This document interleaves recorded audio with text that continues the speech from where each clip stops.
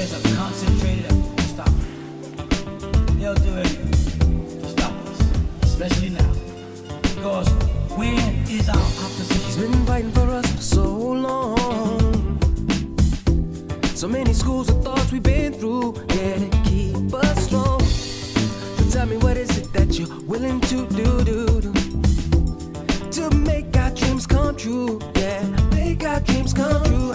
Been a long time coming, but now we're here. So won't you stand up and show no fear? For the master, master teacher. Freedom for the master, master teacher. Freedom for the master, master teacher. Freedom for the master, master teacher. 'Cause he's the man of the hour. They kidnapped him for building Tamarack. He put his life on the line for us all. And for the truth, the lies must fade away. Fade away. It's been a long time coming. Yes, let's be strong. For the 7 seals are breaking. It won't be long to make our dreams come true. For a life that's new. Some are called and few are chosen. How about you? For the master, master teacher. Freedom for the master, master teacher. Freedom for the master, master teacher. Freedom for the master, master teacher. Freedom for the master, freedom, master teacher. Freedom for the master, master teacher. Freedom for the master, freedom, master teacher. Freedom for the master, freedom, master teacher. Think not that we are earthborn, we come from earth, we may be, but we are life-born spirit, and without knowing we could never be free. Knowledge of this was lost when we were cast into blindness. The master teacher came and broke the chains of bondage. For the master, master teacher. Freedom for the master, freedom, master teacher. Freedom for the master, freedom, master teacher. Freedom for the master, freedom, master teacher. Freedom for the master, bring the master teacher. Bring the freedom for the master, master teacher. Freedom for the master, bring the master teacher. Bring the freedom for the master, master teacher. Freedom for the master, master teacher. Freedom for the master, master teacher. Freedom for the master, master teacher. Freedom for the master, master teacher.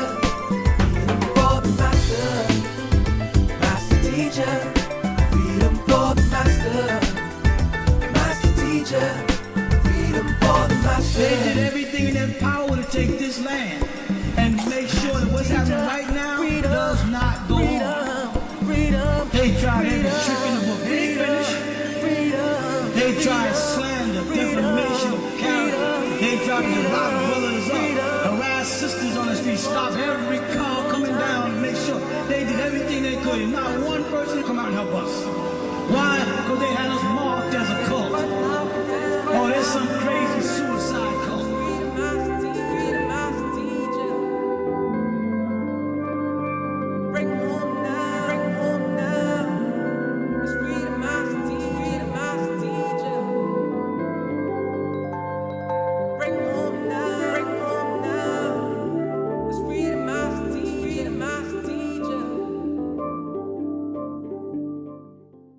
There's a concentrated effort to stop it. They'll do anything to stop us, especially now. Because when is our opposition? He's been fighting for us for so long. So many schools of thoughts we've been through, yeah, to keep us strong. So tell me, what is it that you're willing to do to make our dreams come true? Yeah, make our dreams come true. Been a long time coming, but now we're here. So won't you stand up and show no fear? For the master,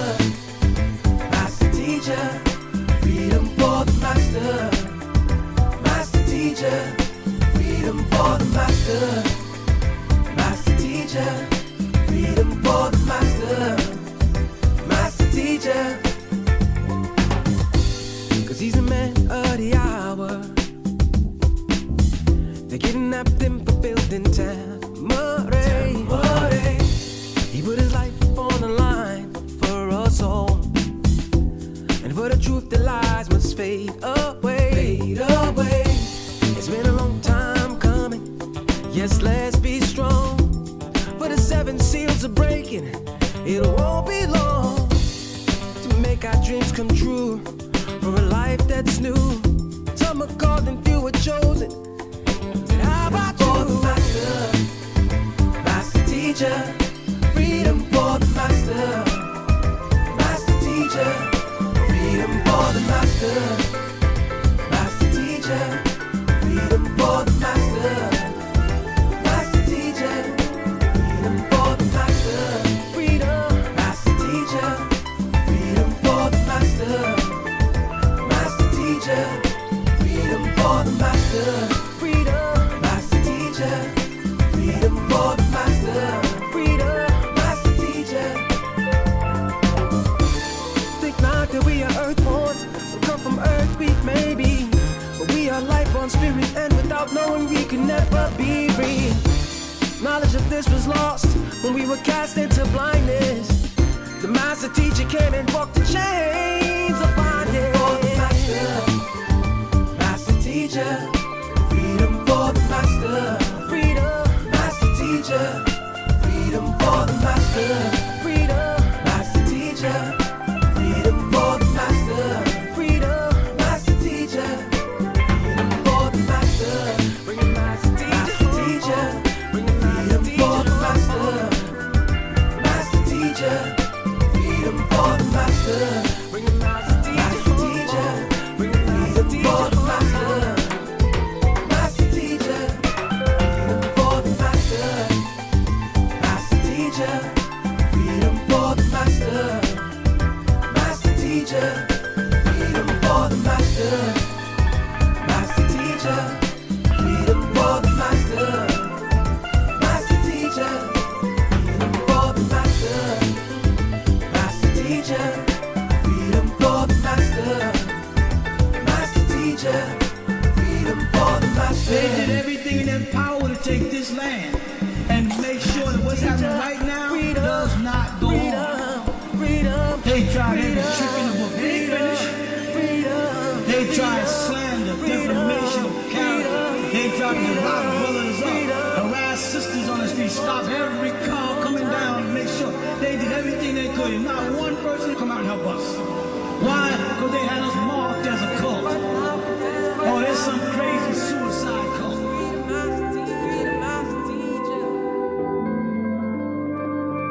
Bring home now, bring home now.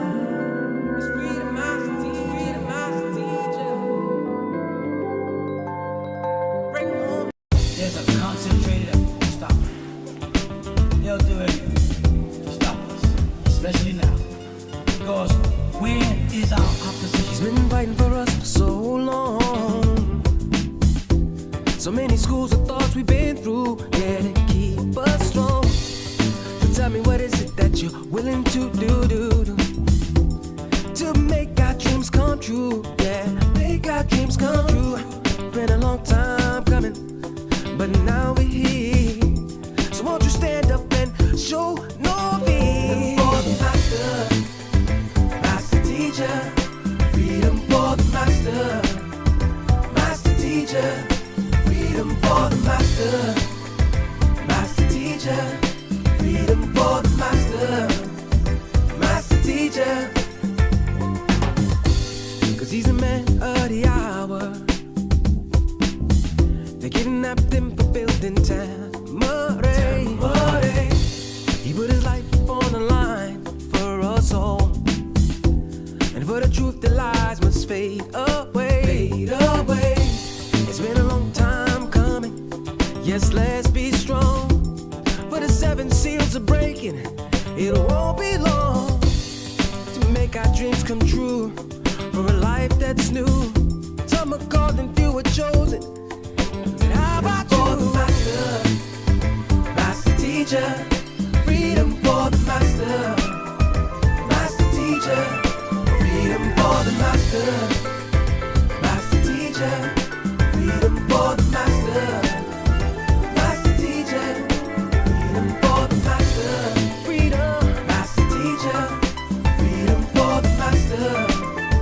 Master teacher, freedom for the master. Freedom, master teacher, freedom for the master. Freedom, master teacher.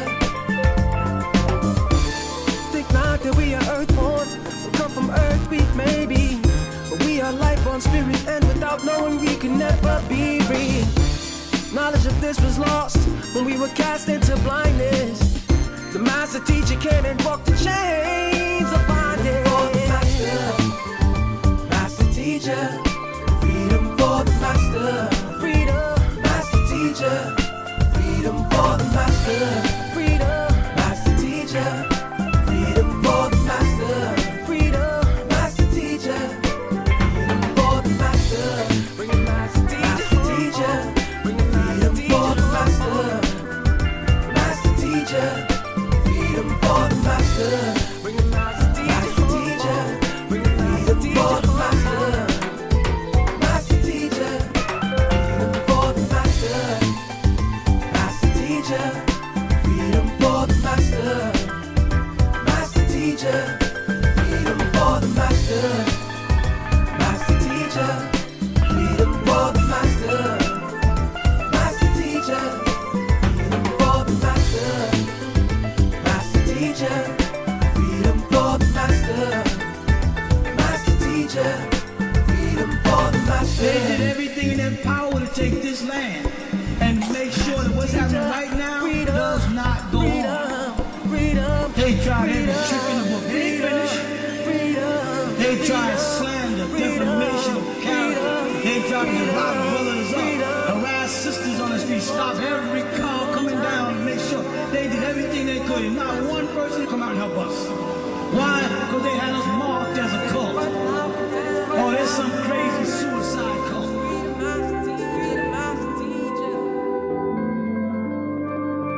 Bring home now, bring home now. It's freedom, master teacher, freedom, master teacher. Bring home now, bring home now. It's freedom, master teacher, freedom, master teacher. There's a concentrated effort to stop it. They'll do everything to stop us, especially now. Because where is our opposition? He's been fighting for us for so long. So many schools of thoughts we've been through, yeah, to keep us strong. So tell me, what is it that you're willing to do to make our dreams come true? Yeah, make our dreams come true.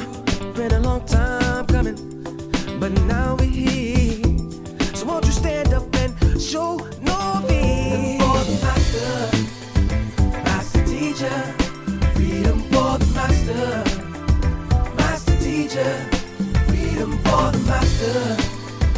Master teacher, freedom for the master. Master teacher, 'cause he's a man of the hour. They kidnapped him for building Tamare. He put his life on the line for us all. And for the truth, the lies must fade away. Fade away. It's been a long time. We want to know this information, outformation into information by way of our ancestors sent to us in the form of Dr. Malachi Kobina Zedjok Okran, Master Teacher of Heaven and Earth. And we don't say that loosely either. Before we open up, I'd like to just say a few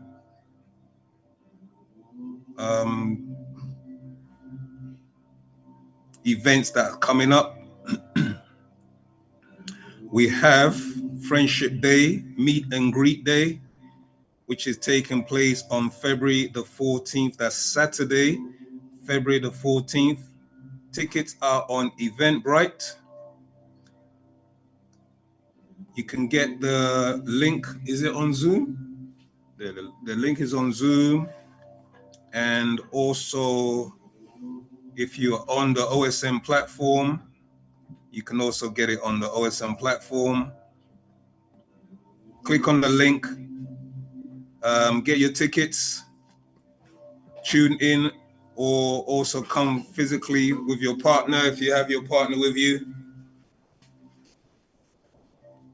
We also have a, if you can't make it and you will wish to donate, you can also donate via the same Eventbrite app. So download the Eventbrite app if you don't have it. Okay, tune in, link in, make the payment, and you'll be in for a great and wonderful day and evening. Okay, the events are going to be lovely. We're all coming together in love and unity. Okay, and that's what the master teacher would like to see from all of us. And it's a great opportunity to get to know Musbatu, the Sabian family, and our culture, and also to get to be friends and build as a community.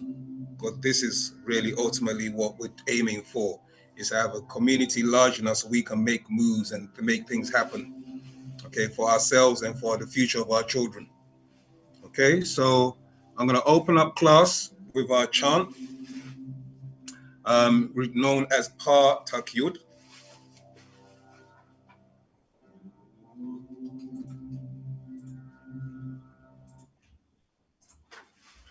Okay. Anybody wants to follow along? Let me just share the screen so you can follow along.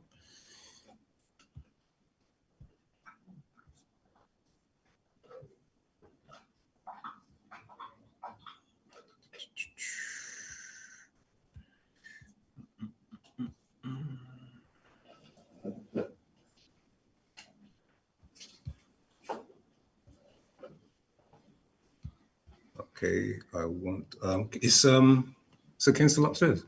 Can you ask him to disable my screen? Because it's not sharing my screen. How can do what? Just to disable the share screen option.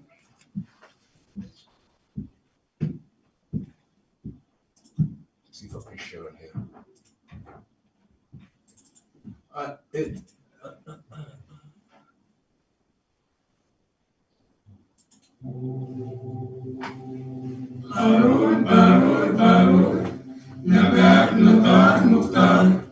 Naut Mugdad Baded Pata, Naut Muklas Baded Yanun. Anuki Jawefa Ashok Emra Bahut, Ukadal Ashok Kabun Jawef Neya, Anuki Kasanun Emra Bahut, Uka Bahut Kabun Kasanun Neya, Anuki Bahu Ameka Bahut.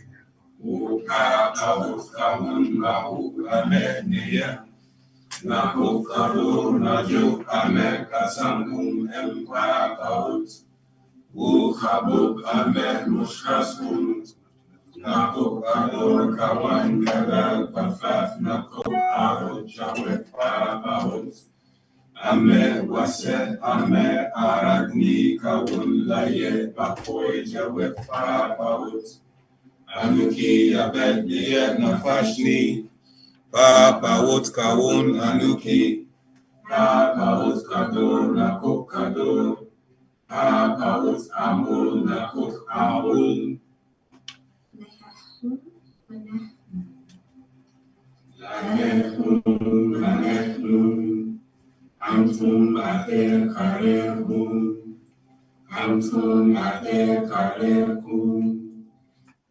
It's all right. We don't have to do the long, because that'll be the long version, and then it will take up a lot of time. So we do the short version, and then we open up class. At least we've opened up class with the ancestors.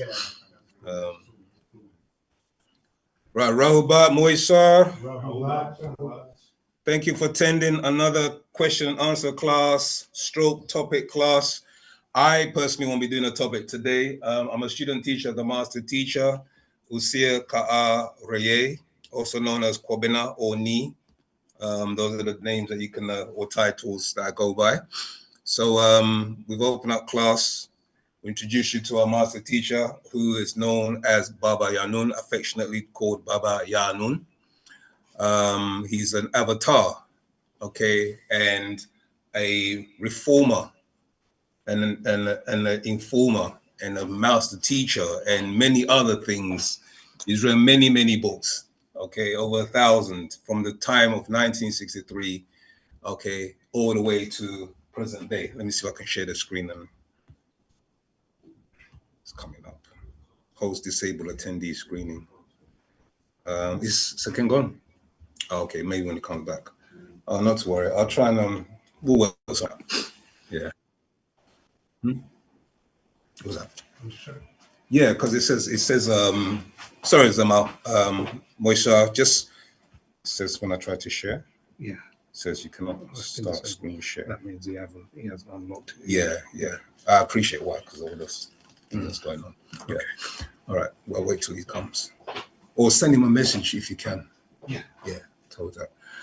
Okay, so yeah, Master Teacher Dr. Marcus York, being a 720-degree being, an avatar, okay, an incarnated etheric being in the body of Dr. Malachi Z. York, all right, chosen specifically for this mission, for this great time that we're in. And he set up these classes initially, okay, to question, to show that who he is. He didn't have to set it up, but people needed the information, wanted the information, wanted the proof. So he said, okay, well, I'm going to give you these question answers just to show you who I am. Okay, so we've taken on that same format, and it's been many years, and we've been teaching this information out to the masses, okay, for over 50 years now. So those who are online for the first time, welcome. Those who are new or just, wanted to know what this information is about. Sorry, I haven't unlocked myself, I muted myself on that. Clubhouse. Roll about Clubhouse family.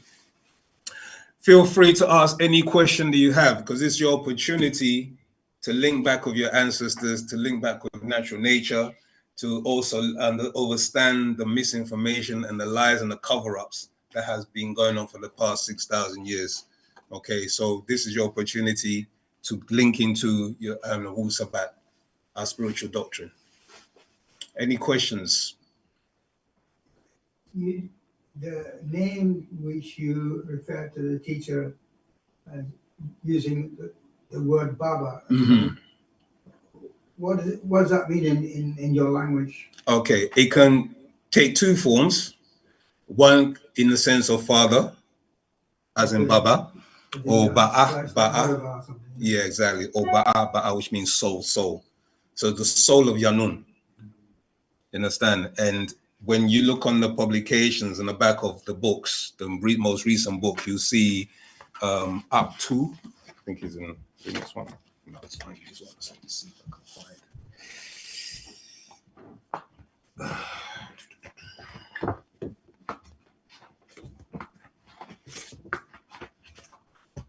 You can find this here, okay? And it says, it reads, up to pa taruk laye pa rawuch em ya nanan, up to pa baba laye hu. Open the way towards the soul of Yanun. Open the door towards him.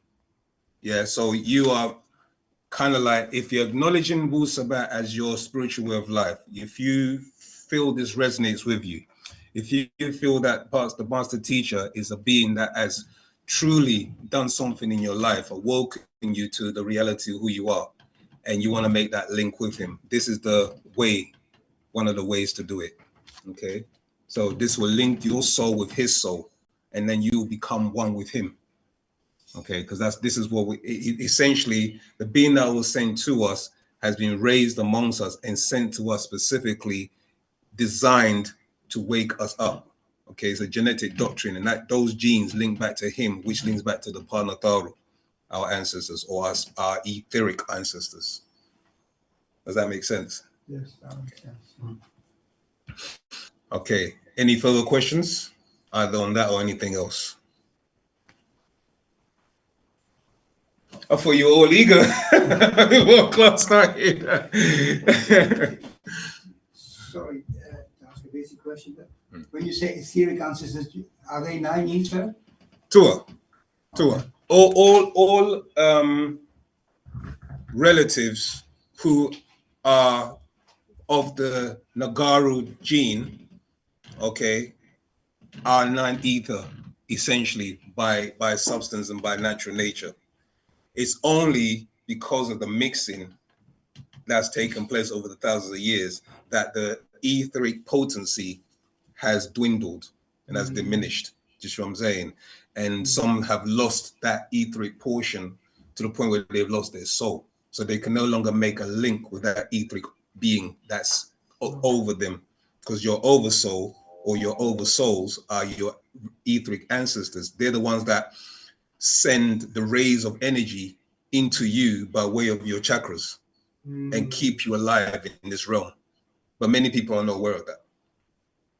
See, so they through religion and through many other practices, which are malpractices, they cut off their spiritual link to their etheric soul, oversoul. Does that make sense? Yeah.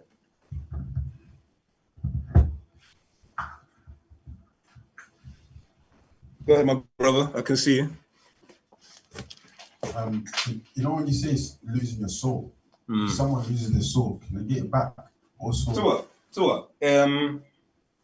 I'll stick with that first point and before you ask your second one. See it like this. You see like a pilot light on a boiler tank. Yeah. The pilot light, when you turn on your tap, it inflames, doesn't it? So your soul gets inflamed by this information. Most of our souls are either dwindled to the point where you can't even spark it. And there's those whose souls are in like a very low state and you need the spark to ignite it. Does that make sense? So that analogy is showing that there's people walking around who may be conscious. That's your conscious community. They know about Africa. They know about, you know what I mean, certain things regarding that we were taken and that the Caucasian has lied to us or Europeans have lied to us and we take all of these. They know all of that.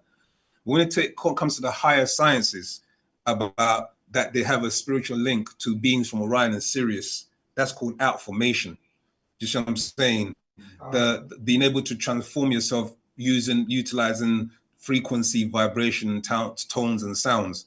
They don't know that certain aspects of that teachings, just what I'm saying, is missing from them. So they'll say, yeah, I'm conscious. You've met some out there today. Do you know what I mean? Yeah, I'm conscious. I know it all.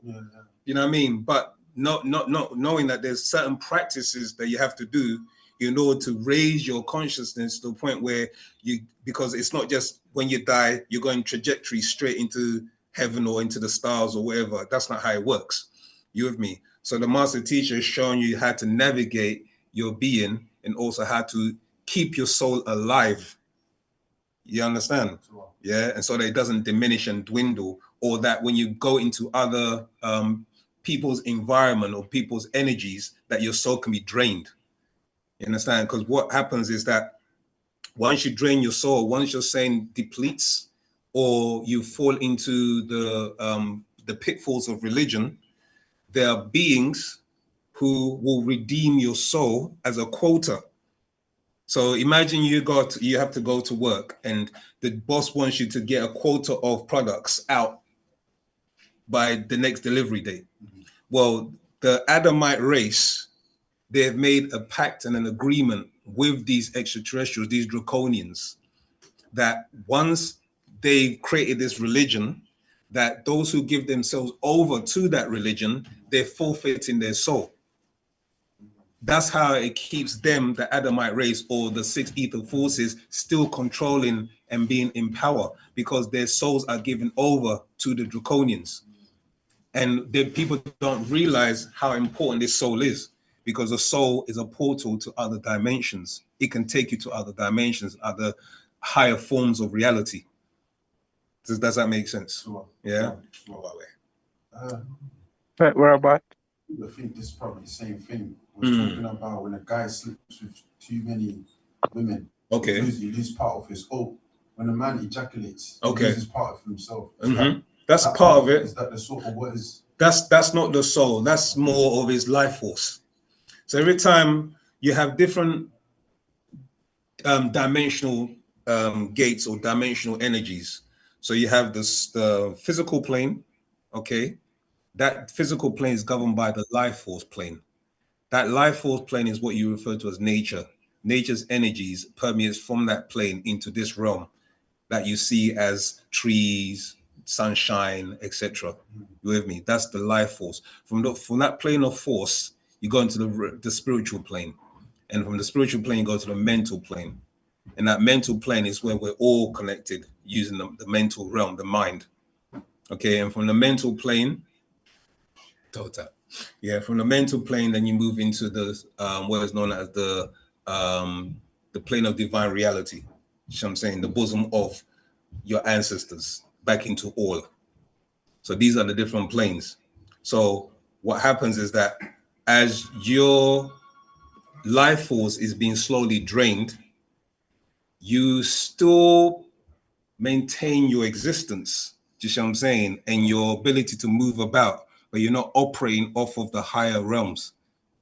You're more operating over the lower, selfish, lustful, do you see what I'm saying, indulging, etc.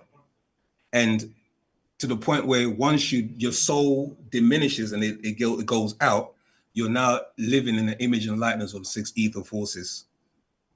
Does that make sense to you? Yeah. Okay, so that's what takes place. But your soul can be regained. Robert. Yeah, so that's a question. You said you read something and said that's the link we can link to Baba. So can you hear me? When we leave here, we travel in the tube along other people who are not connected to Wu-Sabat. And when we are in conversation, even with our families who are not in Wu-Sabat, then how do we maintain or replenish our energy level? Get it right back to where it was. Okay, I see what you mean. Like, Past, yeah. Okay, right. Okay, what the master explained in, I think is in The Mind's Eye, is the practice and application of natural way of living. So one of the rituals or the things that we do is fasting, chanting, listening to positive music, etc., because that keeps you charged, that keeps you recharged. If you're around people who are not of the same frequency as you and your frequency drops, then you go back into that, or be amongst, as you said, those who are of like-mindedness, because their energy, you can feed off each other and bounce off each other. But if you're in the wrong environment, that saps your energy. So the way to ground yourself, is to go back and listen to those tones, the frequencies that we've mentioned before in class, the F, A, and C. So the F note, the A note, and the C note, these are the tones that will get you back in tune with your ancestors, or back in tune with nature. Yeah, and obviously it's just a part of playing it and also chanting. So you play it constantly, like the Om chant that was playing earlier. Yes, You can play that in your house daily. You with me? Until the point where it's in your mind, where you can actually hear the tones. You understand? And then from there, because now that you're visualizing and hearing those tones, it's another form of protection. Yeah. All right. Well, wait.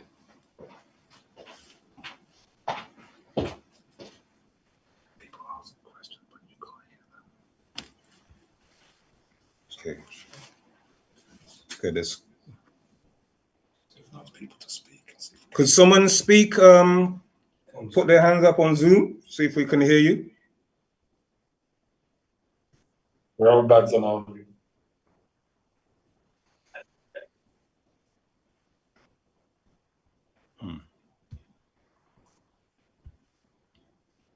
Can you hear us?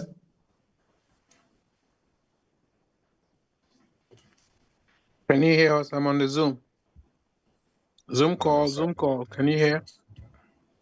Yeah, you can't. Zoom call. Can you hear? I can hear something from there. I can hear you. Yeah, we can hear you, but it's not coming through the speakers. Oh. Can I be heard on okay, Tibbs Zufa, you got your hand up.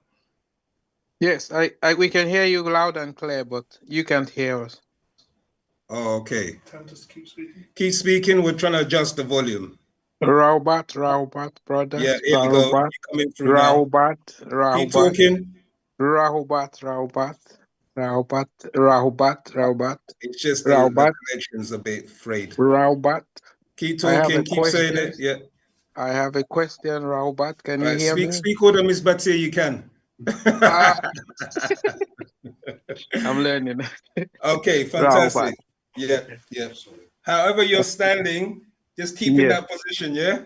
Yes, I have a quick question though. You know the scroll you were reading that we can use to link our souls with Baba Yanun's. Okay, yeah. You want to know what scroll that is? Yes, please. Okay, well, there's several scrolls, but this particular one is called the Master's Secret. Okay. Okay. Yes. And it's referred to as Pa Kadash Shalil Naghamat Wu Pa Mafkhuzat. So that translates as the secret of tones and the Mafkhuzat, elixir of life. Thank you. Okay. You're welcome. You're most welcome. Okay. All right. Any other questions? Oh, someone's been submitting. Any other questions? This is your time. This is your calling. This is what resonated with you as you were growing up and thinking to yourself, why this, why that, how come this, how come that? Now you've reached the... While we're told that, let's just go to the Zoom chat. Okay, what are your thoughts about the ICE from the government? Okay, I'm not familiar with that because I'll be honest, I haven't done much research on ICE, so anyone can probably fill me on that. Does anyone know about ICE? Yeah. Go ahead. Is it the one where you're sure what? No. Okay, we'll come back to that, or if you could elaborate a bit more. So I apologize. I haven't done much research. I've seen it, but I haven't done much research on that. The organization that gets trying to get the immigrants out of America. It's quite possible. Yeah. It's quite possible. Yeah, there's one okay. They're in Minnesota at the moment. Right. And they've managed to kill 2 people. Okay, so it's another neo-fascist group kind of thing. Right. Well, it's a government-sponsored organization. So yeah, of course it will be. But yeah, I mean, I've got the audience here who are participating and informing me. But what you have to look at and realize is that the Adamite race, okay, their leader at the moment, their current leader who's leading them, is a racist. Let's just put it point blank, you and me. And his whole agenda is to make America the beautiful again, you know, and by any means necessary, of how he intends to do it, whether in a deceitful way or dishonest way, that's his agenda. You have to remember that the person that we're dealing with, who goes by the name of what's his name, Trump. Okay, Trump is actually broken down. The message has explained that Trump is this particular antichrist who will lead this current regime into the new cycle of the New World Order. Okay, his job, he's an agent for the being that we refer to as Nana. Okay, and his whole incentive or agenda is to create that new world order and be in control. So that's who we're dealing with at the moment as Trump. Okay, if you look at the Revelations, it talks about the last trumpet being blown, and the master teacher explained to us that that's referring to Donald Trump. In also that he would this is just gone out of my head. He was going to build a temple for Nana, okay, in Jerusalem. So that's his agenda. He has a particular agreement made with these extraterrestrials, Anunnaki, and Nana is the deity light and fire, or the Luciferian order, and that's who Trump and many other regimes or organizations belong under, that Luciferian order. And as you know, if you've studied any of the teachings of the master teacher, he's explained about the New World Order. He's explained about the year 2000. He's explained about extraterrestrials. And extraterrestrials are responsible for many of the things that are taking place now on the planet, but they're utilizing their own children in the process. Their children, Trump being descending from them. Yeah. So this is what you're looking at here when you're dealing with the Adamites. Okay. So the next question is, so are we from Sirius or Orion? Okay, so the females are from Sirius and the males are from Orion. So that's the systems that we originated from. So when this planet was seeded with life, the origins of those two celestial constellations, that DNA was then taken and put into capsules inside of the dolphin, and then it was brought from Sirius to this planet Earth, and then our seed, our DNA, then grew in the waters, and we were protected by the dolphins, because the dolphins are actually not from here; they're actually from the Sirius star system. Yeah, there's many planets in the Sirius star system. So the planet that you've got Sirius A and Sirius B, but they don't tell you about Sirius C, because Sirius C was dying and they had to move the beings off Sirius C and then relocate them somewhere else. This is the same thing that's taking place here now, where Partner Babyanun is explaining to us that our ancestors, they are here to redeem us so that we won't fall into the catastrophe that's taking place on the planet. So he has to reform us and also recalibrate us and transform us so that we'll be able to make that dimensional shift and then be able to be transported to other realms or off this planet before this planet, the things that are going to take place on this planet happens. You know, so you got your disasters and all these things. He's also explained to us, he's always explained to us that it's going to get worse. Okay. And we as a race or as a species have to band together and come together in love and unity, work towards our common goals, etc., so that we can have that strength enough and that communication with our ancestors who'll be able to protect us and guide us, you know, when times get really bad. You know, so this is what we're dealing with now. But a lot of things have to be explained to our brothers and sisters and the rest of humanity, those who want to listen and those who are waking up. I hope that answers that question. So I got here, aloha, where is the Ark of the Covenant? And then there's a question here, Ethiopian, TY, I don't know what TY, what that means. But the Ark of Covenant is, as far as I'm aware, is held in the sacred place. I can't remember the place the master teacher broke down, but I think it's in Ethiopia. I'll be wrong though, so don't quote me on that. I have to do some more checking on that one. You have to explain why you asked that question, because that is not really much of the Sabian teaching. It's more of what was being used. The Ark of the Covenant was used as a radio device, and that was used by the Israelites or the Adamites at that time to be able to communicate with their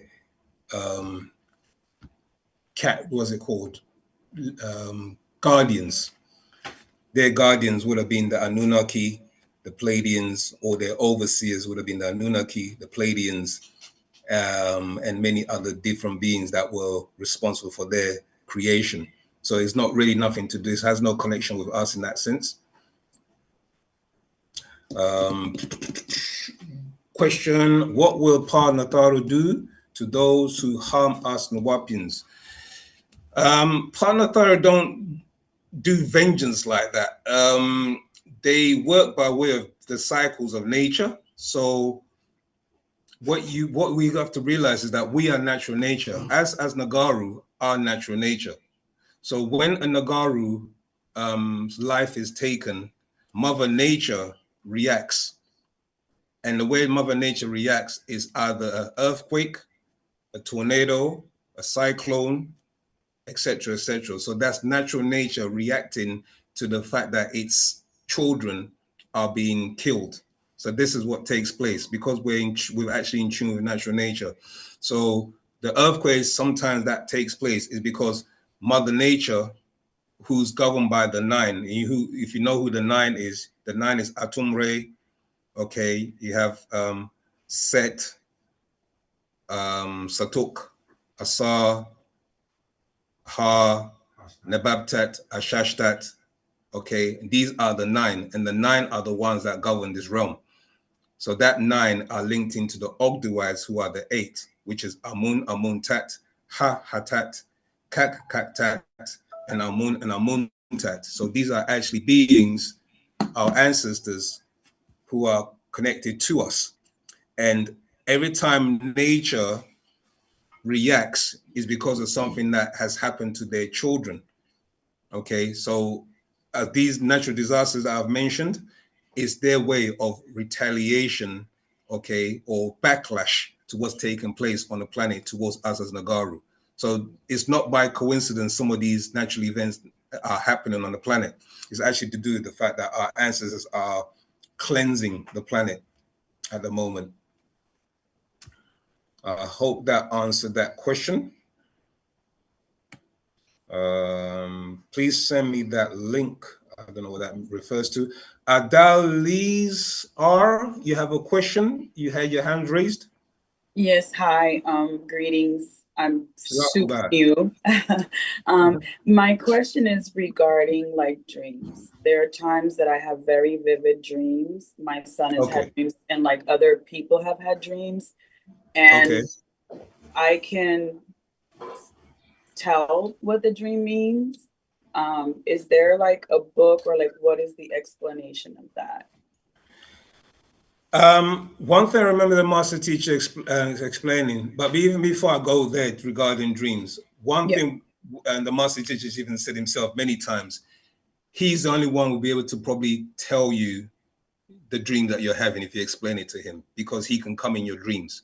Okay. And he has the link to many of the spiritual ancestors. You understand? However, he also explained is that if you're very spiritual, then some of your family members in your gene pool were also very spiritual. So that trait has now passed on to you. Okay. Hence, you have people who are healers naturally, some people who are seers, some people who are, can foretell the future. Some people can, and then they you have all of these different, what they call it, supernatural traits. Okay. But being able to interpret your dreams, that we don't do. However, you are connected to some spiritual relatives, and some of them magnify themselves or work through you. You understand? In order for you to be able to see certain things. So even if, I'm so sorry, I apologize. So even if like okay, like I said, I'm very new to, I just found you guys like at the beginning of the month. And of the website, sorry. And I don't practice anything other than I was a Christian. I got out of there because I just seen a lot of things that just was not okay with me. And I don't like, I didn't know about ancestors until, like I said, I started like listening more to your YouTube channel and like watching your videos. So I kind of wanted to understand more of then where was this coming from if I never practiced anything, if I never drank the Kool-Aid, if you will. Yeah, I understand what you're saying. You don't necessarily have to be a practitioner of it. Okay. There are things that are just naturally inborn in you. It's just that it's dormant. Until you find, or should I say, the journey that you're on, especially like you said, Christianity started to not resonate with you no more. Yeah, no. So what's taking place is the master teachers refer to it as gates. Okay. So you move through one gate, which is religion. Move through another gate, you become all super conscious. You move through another gate, you're all into your African centric, thing, etc. I'm just giving you these as examples. Yeah. You actually list them. And then eventually you come to the realization that, hold on, all of these gates has led me to who I truly am. Do you see what I'm saying? And who you truly are is that you're a supreme being. You are a deity. And it was only a matter of time where your DNA was unraveled or opened or awoken to this information. So it's not coincidental, because the word coincidence means two. So when you go past the point of two things happening in your life, or three or more things happening, it's no longer a coincidence. Yeah. The path that your ancestors had for you is called your fate. Okay. What religion have for you is called your faith. So you must believe, have faith and believe, not know about your fate, which is dealing with facts and information for you to make a concentrated decision of where you're going to go. Do you see what I'm saying? Yeah. And have trust in that. So in your genetic gene pool, you have ancestors who are within your makeup. They refer to as the 30 ancestors. We refer to them as 30. When you go back 3 or 4 generations, you have your mother and your father on one side, and your mother's father on the other side. So you have your grandfather. Yeah, so you're going back the generations. However, those generations, some of them may have been practitioners of spirituality, and is that's now manifesting in you. And if I may share, something that you said at the beginning really resonated, because last year, I believe it was like in November, I started to do like a mental, physical, and spiritual detox. And, people were kind of just removing themselves from me without me even having to do anything. And I literally was like, God creator. I was like, just creator, because I didn't know what to call, Right. Yeah. And I was like, I want to know who I am, and I want my eyes opened. And so I stopped eating meat. Okay. And I went vegan. And I really I just see so many things clearly. And watching more of your videos, like I said, I just found OSM at the beginning of the month. And there's so many things that you guys are sharing and talking about and teaching, I should say, that is so eye-opening to me, because I've had so many questions that I've kind of shelved, and just listening to what you guys are talking about is like, oh my gosh, like answers are being given for questions that I've had from years. So that's the thing. That's why the master teacher, obviously you're being new and a babe to this information. Partner Babyanon explains that he's here to reawaken the true being that's inside you. Because you have to look at it like this. Just the last 400 years, which they refer to as the slave trade. Yeah, slavery alone destroyed made traumatic things happen to us. Okay. It stripped us of our identity. It stripped us of so many things. That I'm not even including what we teach regarding what is referred to as the sun cycle and the moon cycle. So what the teachings is that we live on a 24,000 cycle, what's the word? 24,000 cycle life, okay, existence. And that 24,000 cycle existence is split into 4 cycles. They're known as the moon cycle and the sun cycle. So the last 6,000 years was the worst cycle that we as children of our ancestors, okay, have experienced, including our ancestors. They experienced so much, degradation, etc., through that cycles. What was then what happened to us is that we were placed under a spell. Okay, that spell is referred to as the spell of Leviathan. Okay. That Leviathan spell put us under a trance where we no longer were aware of our spirituality, and we were bonded in mental slavery. Does that make sense? Yes. Mm-hmm. So the cycle of 6,000 years of that moon cycle has now expired, and have now moved in the last 24, 26 years now. We've moved into something called a sun cycle. Okay, so that sun cycle is when we are at our best. We behave, and our characteristics and our natural nature starts to come out. So it's not coincidental that you're beginning to wake up now, because now the sun cycle and the spiritual forces of your ancestors is getting stronger in the atmosphere. It's getting stronger in the spiritual realm. Yeah. And they are now contacting their children. And your DNA, your soul is actually has an encoded message, which is designed to trigger at a certain point in your life.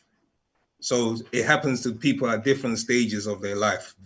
Yeah, you could be 60, you could be 30, you could be 15, you could be whatever age it is, but that DNA gets awoken. And with that awakening, you start to seek the answers that you've just now been posing about. How I didn't know this, or I want to know this, etc. So the soul now is beginning to awaken. When the soul starts to awaken, your field of consciousness, your mental consciousness starts to expand. When your mental consciousness starts to expand, your ancestors who are in your genes, in your DNA, also start to wake up. Oh, wow. Okay. Because you're linked to them. And then when you start to make those positive things happening in your life, like changing your diet and changing your habits, you start to waken them up too. And they will start to give you messages. And those messages can come in the form of dreams. They can come in the form of synchronicities. You may be just walking down the road and you just think about a friend, and then all of a sudden you bump into that friend. You may think about somebody and then the person calls you and say, "Oh, I was just thinking about you." Sometimes it happens even before your spiritual awakening, but sometimes it happens more, it magnifies more as you begin to awaken and you start to realize who you are.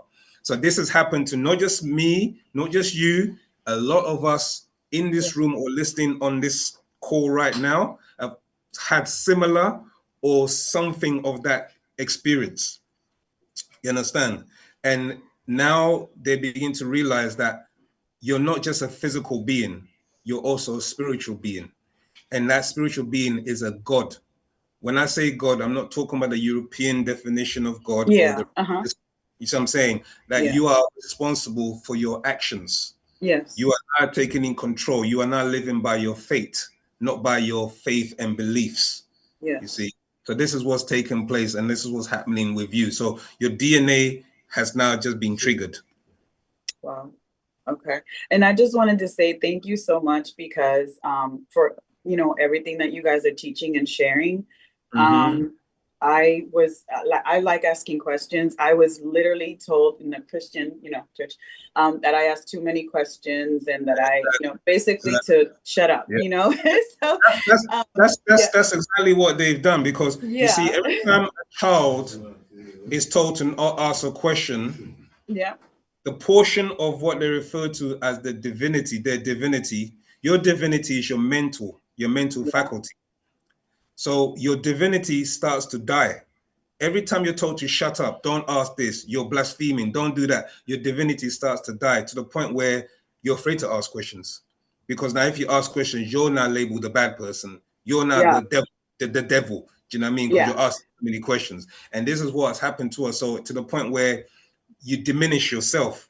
And this is what's happened in religion, where people are sitting in crowds of churches.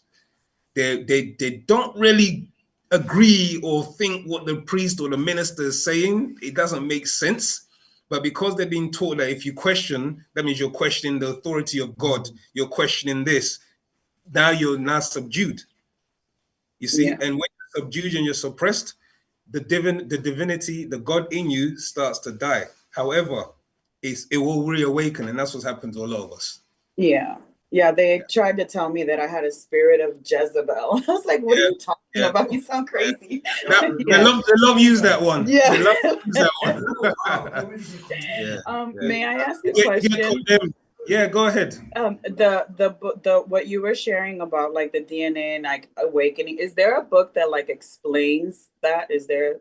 Yeah, most definitely. Okay. Gosh, there's quite, many of the books actually, because this is a DNA doctrine, this actually taps into so many of the books. I mean, you've got Existence, How and Why, you've got The Master Secrets, Dimensional Shift, you've got Dimensional Links, Nabat, the Sacred Ash. I'll read from The Master Secrets, your Dimensional Links, okay? Because this might also, I'll read a few verses. So this is called your The Master Secret, which is again a publication that you can seek out. Okay, and you said it's Dimensional Links? Yeah, Dimensional Links. Yeah. Okay. Okay, and page 1 reads, it shows you a diagram first of all. I don't know if you can see that diagram. Yes. It shows you that diagram. And the diagram reads mental reservoir. Then it's got your physical brain, because what you have to realize is your physical brain is what receives your thoughts. Your thoughts are actually energy, and your brain is not where your mind is. Many people, always think that their mind is in their brain. Your mind is an entity outside of your brain. It's where you receive messages from. You understand? And your brain then interprets that or converts it into a consciousness, which you then reason out whether it's good for you or bad for you. You understand? Yeah. So the physical brain, and then you have the thoughts, your emotions, which is linked to your 29 relatives or spirits that are in the other realm or in other dimensions. So verse 1 reads, normally the master teacher introduces it by speaking in our tone. So it's called Lekum. Aye mumra kharadu em wu nawap pa nawapu. And it translates as, for you, my beloved children of Wu Nawap, the Nawapians. Verse 2, as I, Pa Nabab Ya Nun, transcribe for you, Jaharu Shalel Patatwi, jewels of my divine eyes. So much of our renewed story called Wu Nawab, your way to Tankaz, salvation. You must, Tahum, overstand mind and mental, spirit and spiritual, omniverse, and Wahu Makwan, universe, and the powers of mental reason into Akal, mind. Verse 5, reason, sabab, is intellect, from outellect, or Akal, and intelligence from out-intelligence.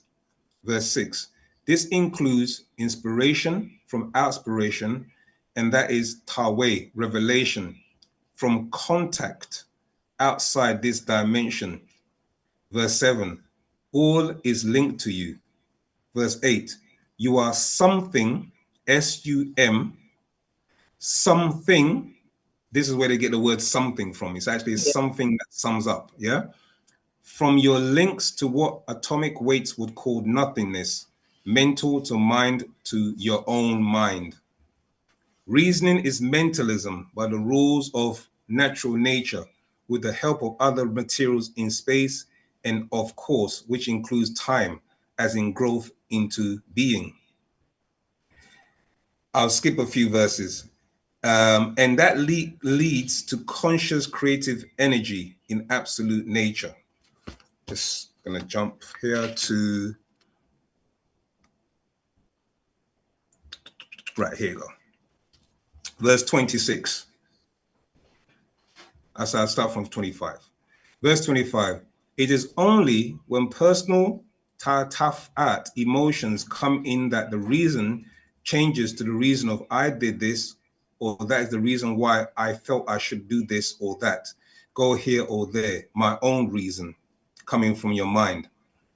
Verse 26, this happens from outside influences or inside relatives affluence in your personal genes of 4 generations. So Nwapins, reason is mind produced by Machach Tashad, brain concentration. So this book goes into how your connection with your ancestors is mind linked, okay? And when you think of them, when you see them in your mind, they're close by. So don't think that they're far away. There's also another one called Birth of Earth and the Matrix. Okay, that also talks about how you were created and your origins and your link with your ancestors. Oh yeah. Yeah, so you've got that one, and you've got existence, how and why. Essentially there's many books that the master always refers to, right? The 30 spirits. Yeah, that's another one. Yeah, I ordered that one already. Oh, you ordered that one? Yeah. Okay, again. They all link up. They all link up. Yeah, thank you so much. I so appreciate it. Feel free to keep asking your questions. Here, we're not shy of questions. Thank you. Thank you so much. Okay, Tota. Okay. Rahubat Simone. Rahubat Simone. Is this the chant they put up here? Oh yes, Tua. Okay. Can you see it? Yeah. Tua Simone. We played it earlier. That's why it's up. That's why it's still up. Was that your question? Yes, because I just want to screenshot it so I could get it. Tua. Yeah, sure. No okay, worries. All right, thank you. Screenshot away. Tawat I took some more. And Tata beautiful, as always. Because sometimes you know why I laugh. Because sometimes when I go to speak now the language, I just be baffling. That's why I just laugh before I see what I have to say. Well, language is beautiful. I really employ everybody. Sorry if you could mute your mic. I employ everybody. I'm not saying it as a promotional thing or trying to get you to just do the language for the sake of doing the language. Realize and recognize what language is. I just go and study language and how it affects the brain and the mind and your reality. And then you'll understand why the master teacher has reintroduced our language into our lives. Yes, my brother. She was talking about dreams. I'm thinking about sleep paralysis. What is sleep paralysis and what is happening? Okay. So what's taking place is that, as you know, your body, your spirit, and your soul are components of each other. They're all sharing energies, just what I'm saying. So you have your spirit, your body. So when your body slumbers or goes to sleep, your spirit and your soul are still active. Okay? Now you're connected to that spiritual realm. So your spirit travels into those realms. And sometimes dreams can be things that you've experienced during the day, and it's a way of your brain dumping rubbish. Or sometimes it could be you experiencing something in the future, the past, or the present. And when your spirit leaves your body, it can get caught in those realms. And it takes a while for it to come back because it can get trapped. And that entrapment is the body's reaction, is the adrenaline that kicks in. And then that feeling of you're just stuck, you can't move. That's the sleep paralysis. It's because your adrenaline in your body is trying to pull your spirit back into your body. And then you wake up. Yeah? That's what's taking place. Yeah. So your spirit actually travels and your soul with your soul to other dimensions. But if you don't know how, your body panics. But the adrenaline is what kicks in to pull you back. Does that make sense? Yeah. Okay. If you want any more questions, please probe. Drew, I see you. Do you have a question, Drew? Yes, thank you for all the teachers. My name is Drew. I'm calling from Nairobi, Kenya, and my question is, Yeah, my question is on hair. I remember there's a video I saw of the master teacher saying that our hair is very important, and he talked about how like the straight hair is called flack. Okay. So yeah, I'd like to know the importance of hair because I've had like our hair is antennas, and how our hair is different from other races, and what's the importance of our hair? If you could just let me know. That your hair is an antenna. So you have different types of hair, okay, from what you refer to as the master teacher referred to as flank hair. But flank hair is not actually hair, it's fur. Okay, if you look at around on the planet, any animal that's hair grows down is flank. So you can look at dogs, you can look at, you know, other creatures, wolves, you know what I mean, orangutan, monkeys, etc. Their hair is flank because there's not enough potency in their etheric makeup. We talk about something called 9 ether and 6 ether. There's not enough potency for that energy to curl the hair into what we refer to as 9 ether hair. So their hair, because there's not enough potency, it drops down and it lies flank. Okay. Also, when you look at the actual hair shaft and hair follicle, is different in different races. So we don't all share the same type of hair follicle or hair thickness. So you have to realize that when you look at the Dravidians or the Asians, or so the Indian community or the Indian race, when you look at them, their hair grows very, very fast. Their hair can grow like within a week or two, it just grows even up to a month. It can grow like long. Our hair takes much longer to grow. Just understand.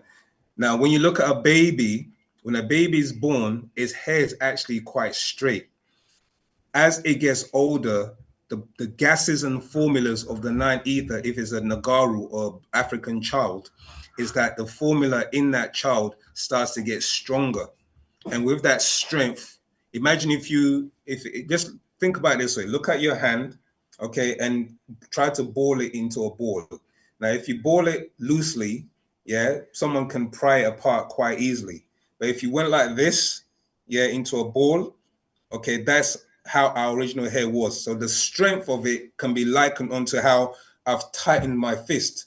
So you see those children that are born in parts of Africa and parts of Europe, etc., as Nagaru children, their hair being very what they refer to as kinky hair, but it's really kingly hair. You with me? It's like in very tight curls. Okay, this is known as, there's another word for it that they refer to the sun as having something called flocculi. Look up the word flocculi or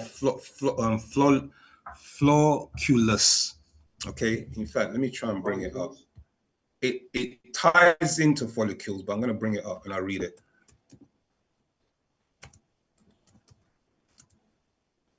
And within flocculation. Okay, flocculation is the process where small suspended particles in a liquid, okay, clump together to form larger, heavier masses called flocks, which can then settle and to be filtered. That's one version, okay?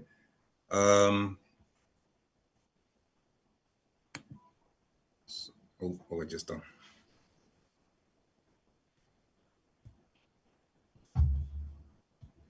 Oh, we're still here, sure. I just closed the screen. So you have that, and then okay, right. And then you have something that aggregates together called flock, the resulting large or soft clump of aggregated particles. Okay, so this is dealing with aggregation, and that's what's taking place when your hair starts to aggregate. It starts to wind itself and curl. Okay, that is also something that the sun, they give to the sun, is called flocculation. Do we have existence how and why here? If you could just check for us, yeah. It actually breaks it down in a book called Existence, How and Why. Okay, so this is taking place in our hair because due to the 9 ether and the potency of our hair. Okay, is there anything else you wants to know from that?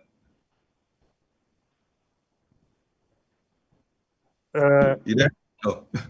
How important is our hair to, I guess, to our coming back into power? Because okay, I note that, like, especially our women, they don't like their hair. They put chemicals. They put weaves. Can we really come back to power without our hair? Oh, most definitely. The hair started to grow. Initially, we didn't have any hair. Our evolution doesn't start with us looking the way we do now. That's what something you have to try and bear in mind. Okay, no worries. You have to try and bear in mind that our evolution started in the water. Rohobat, greetings. Yeah. Because it started in the water, we didn't require hair. Does that make sense? We existed in a water environment. Okay, and we swam in the water. So we had gills and tonsils and we had scales initially because we were going through certain evolutionary cycles. The time that we came on land is when we developed hair. Okay, and that was to basically what's the word?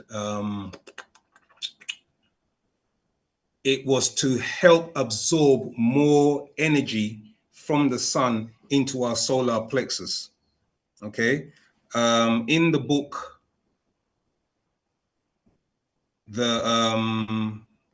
My Brother the Extraterrestrial, he explains it in there. So let me just find.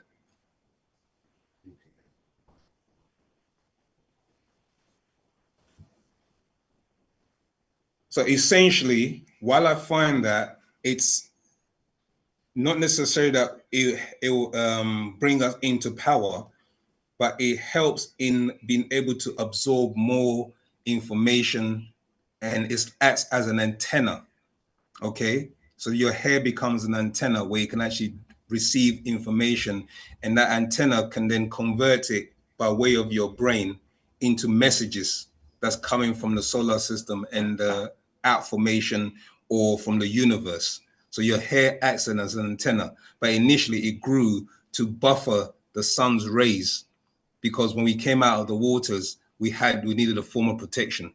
Okay, so that's what the hair initially was for, including the melanin. But when I bring up the My Brother the Extraterrestrial, the master explains it in there. Yes, my brother. I'll bring it up, Drew, so don't worry. When I bring it up, then I'll read on further from there.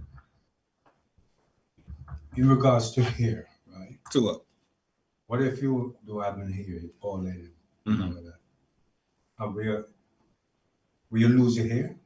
Alopecia? Yeah. What if you don't? It's gone, right? Yeah. Can you still get messages from? Yeah, Tua. Because remember, your whole body is a tuning fork. Your whole body is actually a receiver. It acts like a receiver because it's made up of crystals. Your brain is a crystal. It's made up of crystals. So even though you don't have the hair, your hair is like just another way of absorbing this information. Do you get what I'm saying? It's not necessarily the only thing. So you don't necessarily have to have hair in order to be a Nagaru or 9 ether being. 9 ether is generated from your solar plexus. Do you see what I'm saying? Yeah. Okay, but let's find it in Antakatira 4. Search for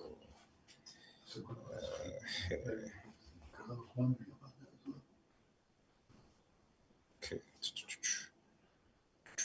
Are there any other more questions while I look for it?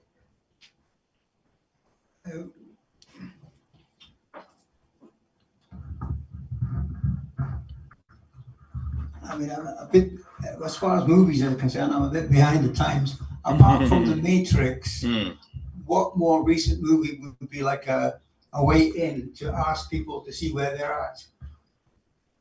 You know, where they are consciously. Where's their consciousness? I mean, if they understand The Matrix, then they understand that the world as it is, what we see with our eyes, is not the reality. Okay, I'm with you. So you're saying... I'm asking, do you know any more recent movies? Oh, recent movies. The younger generation they can relate to. Not my generation. Gosh. Generally, just. I mean, there's so many TV series now from these different channels that go into a lot of that. You know what I mean? You've got, not to obviously promote any of these movies or anything, but you've got Altered Carbon. Yeah. Which, you know, has been referred to by, you know, Saken when these taught classes. Altered Carbon is a futuristic thing where you can live multiple lives, where your memory can be transferred into another person, you know, where you can actually have those memories in, you know, plugged into you or become part of you, and you can live in another person's skin suit. So it's literally it's like they're literally trying to say is soul transference, transferring your soul and your memories into somebody else. That's called Altered Carbon. So that's, you know, that's something that you can refer the younger generation if they wanted to watch something like that. You know, it depends on what topic really, because you also have TV cartoons. Do you know what I mean? That talk about a lot of things to do with spirituality and things like that. Science fiction, yeah. All those stuff. I haven't really watched a lot myself recently, just not because I don't want to, because it's just time permitting. Yeah, but what about Avatar? Avatar, yeah. Avatar, yeah. There's even Avatar, a TV show for children where it tells you how to use energy. Do you know what I mean? Like this young boy can actually convert his energy, the one water, fire, etc. So there's different things. The elements, exactly. Oh yeah. Yeah. So there's many different things. Yeah, waterbender, Avatar, the waterbender. That's the one. That's the one. Yeah. Nowadays you've got, from what I've seen my children being exposed to, which I've kind of like tried to nip it in the bud, or do you know what I mean? You've got what's it called? Demon hunters, yeah. Do you know what I mean? K-pop is called. Yeah. K-pop are very what's the word? Popular. It's very popular among children, where they talk about demons and things like that. You know, it's so K-pop. They refer to as K-pop demon hunters. You know, so there's Korean music. It is, but they've also made a cartoon. They made a cartoon of it, yeah, where it's dealing with, you know, them hunting demons and things like that. So it really depends on it's a lot out there. Now there's a whole list on our channel. If you go to nashat.co.uk, you'll see a whole list of movies that we can refer, you know, you can refer people to or children to watch. Yeah. Is that nashat.uk? Yeah, nashat.co.uk. No, it's on our website. On your website. On our website, yeah. Okay. Yeah. Nashat.uk, yeah. Yeah, just put it there.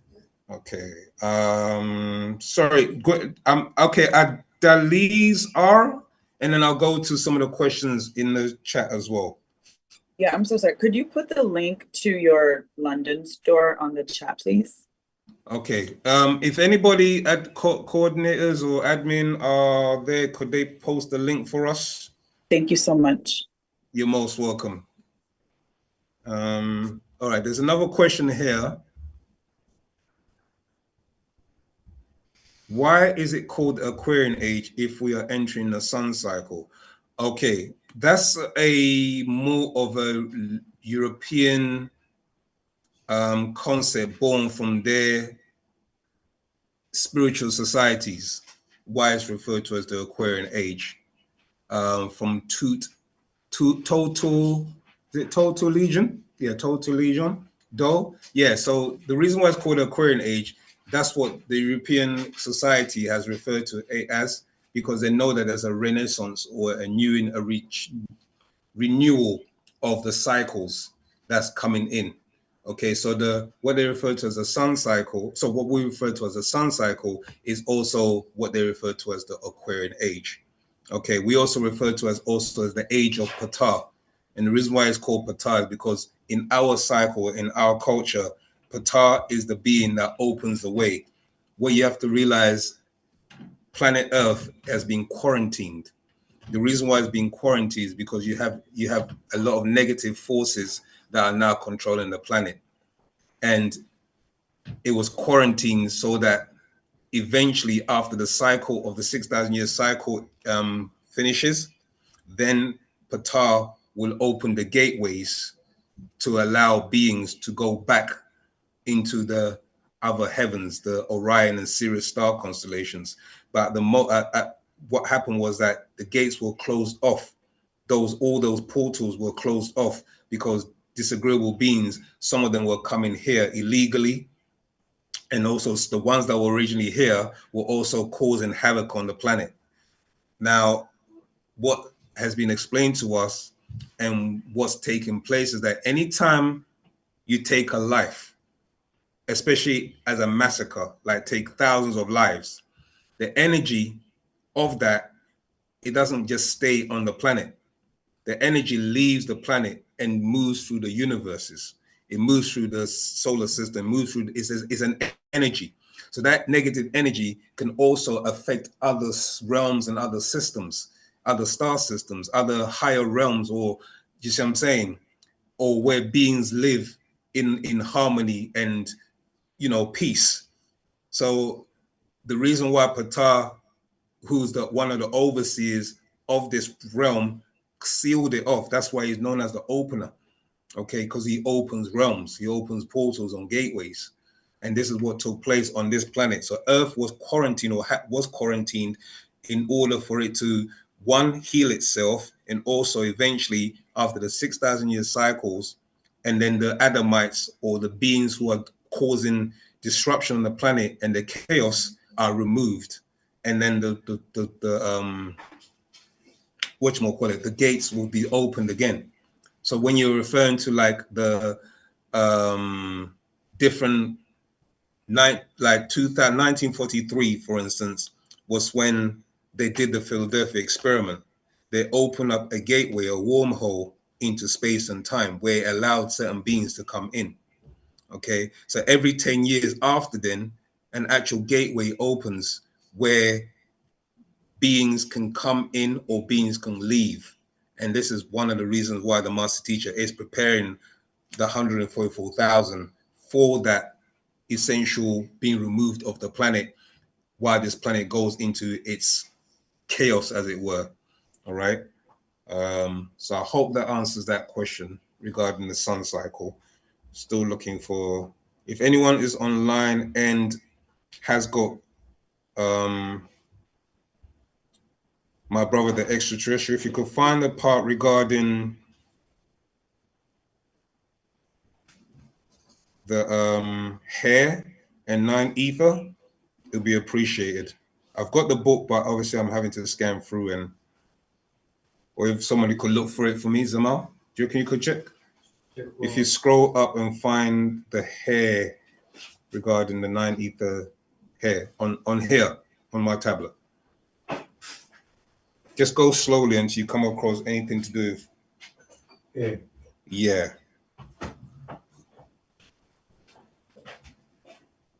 Okay, just keep going scrolling. Okay. Right, so we've got, let me read one more question and then, yeah.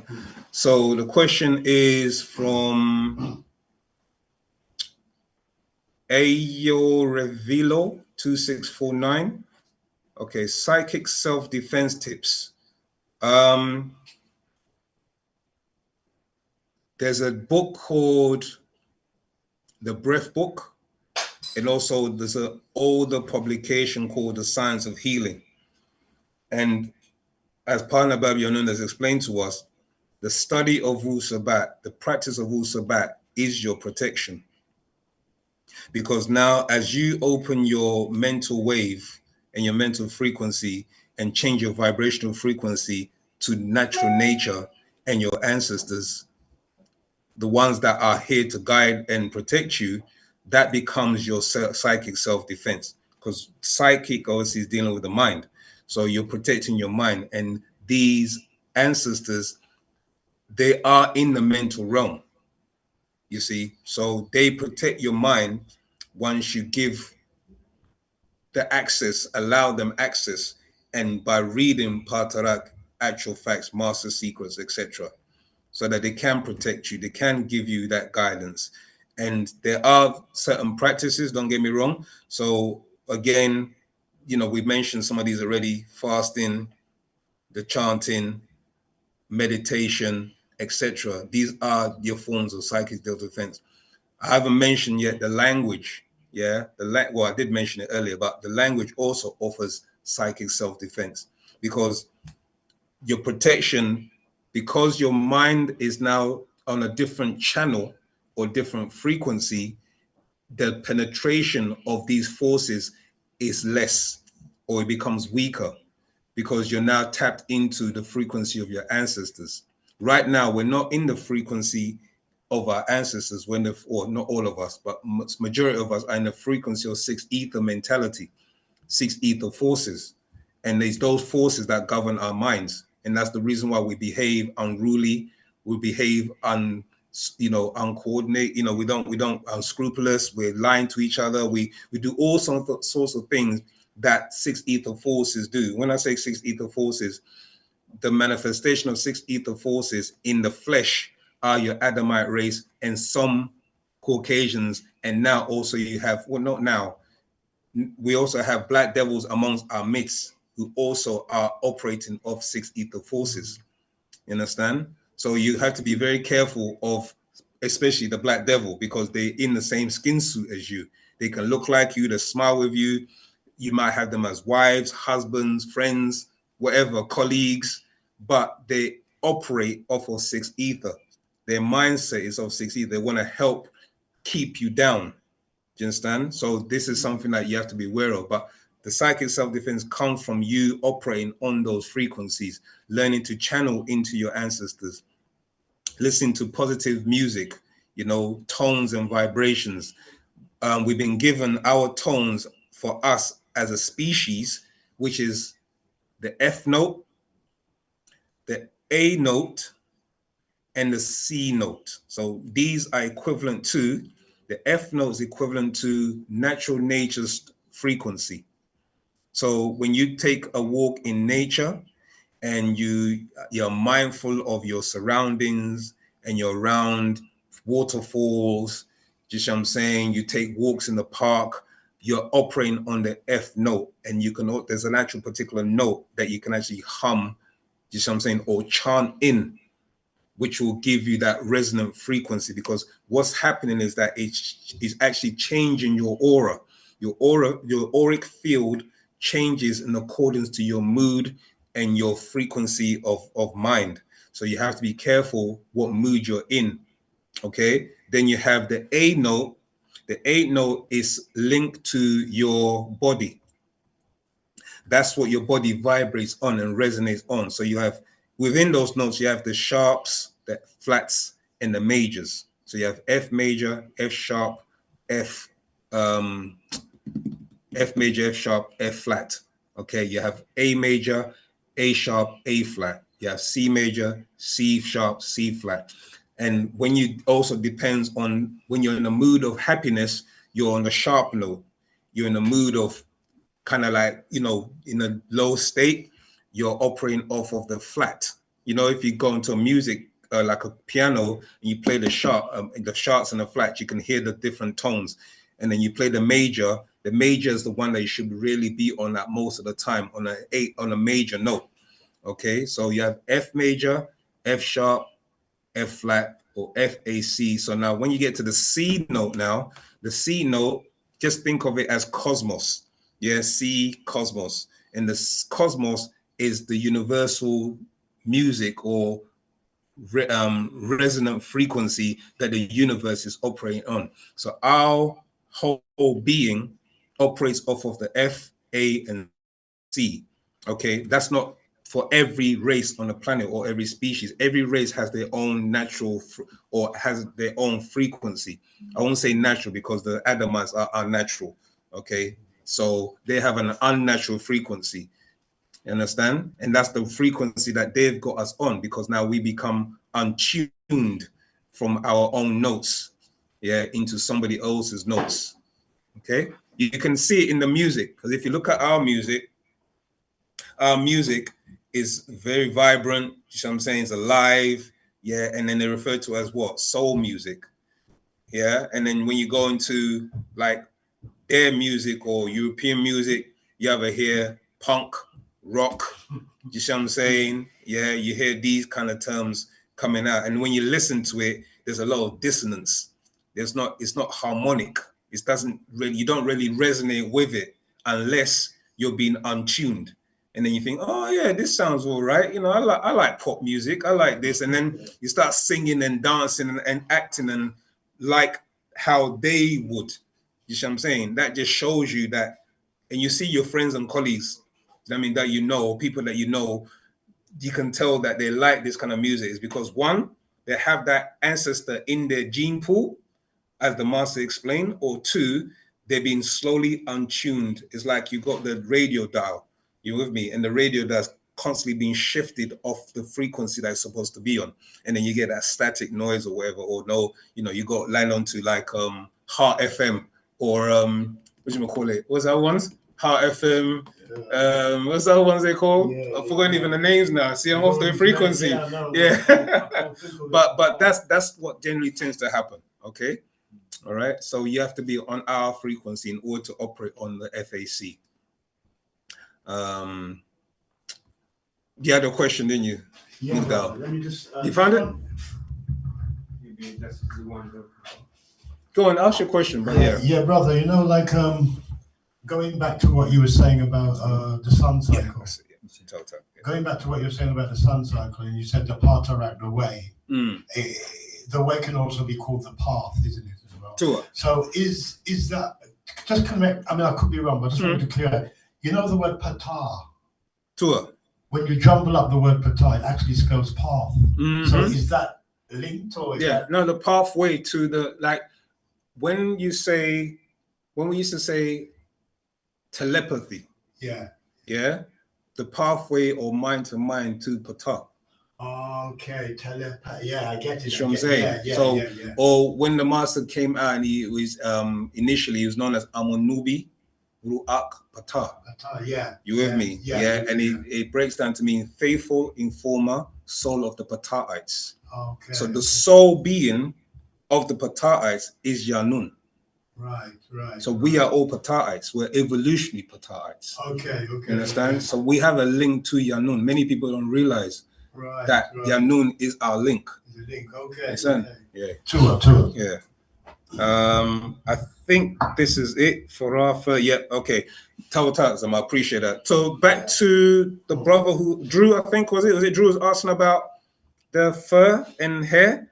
I can't remember. Was it Drew? Yeah, it was Drew. The African brother. Yeah. Okay, so let me read for you, Drew, from my brother, the extraterrestrial.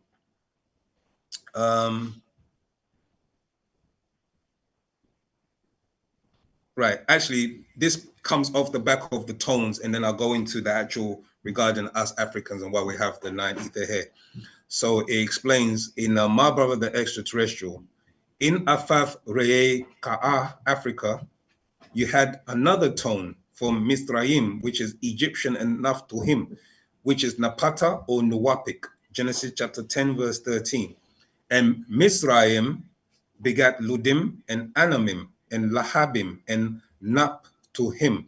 See the word Naptuhim, you can see the word Patah in there. Okay, it is from Naptuhim, which is Napata of Dongola in Sudan and Meroe, Ethiopia. The evolutionary Patahites called Afaf Re'e Ka'a, which is Africa's little people or pygmies. They need you to speak in their tonguage to keep their white magic spell over you. That's why they ask, what does Wu-Nawap mean or Nuwapu mean, so they can add a meaning according to their tones. We must break Pa Rake Shalel Nawam, the spell of sleep.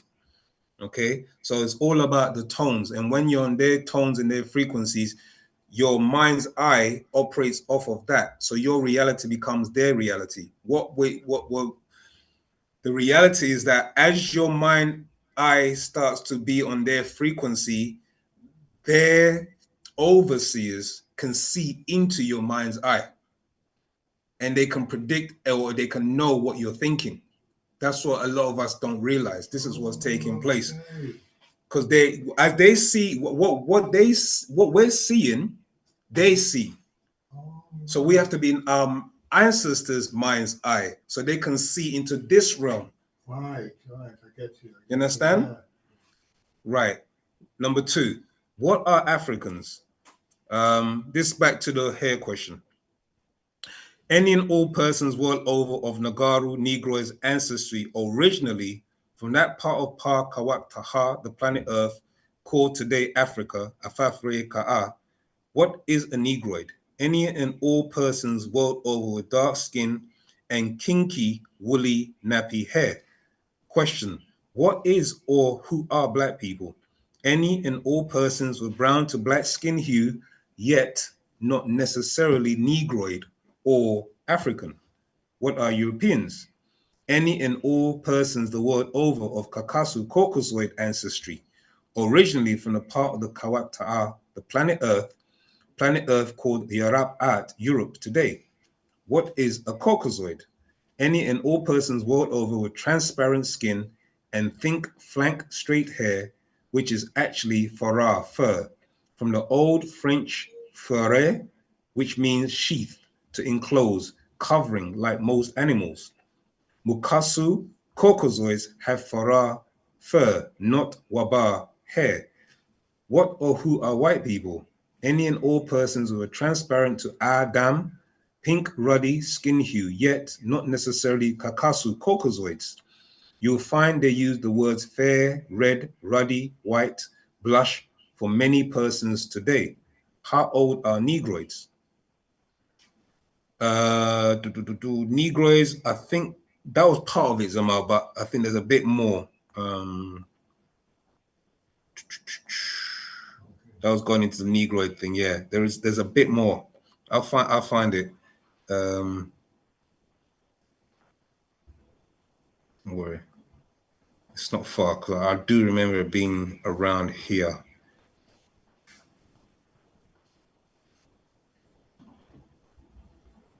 Oh, one gene.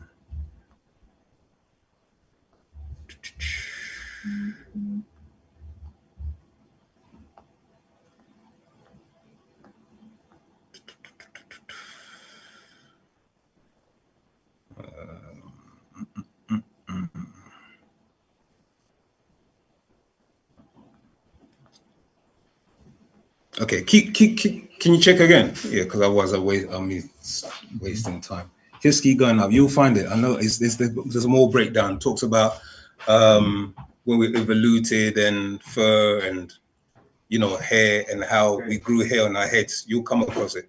I'm going to jump to the Zoom question from the Restorers Chapel. Okay, we are all religious. How come you guys want to smear bad the Bible?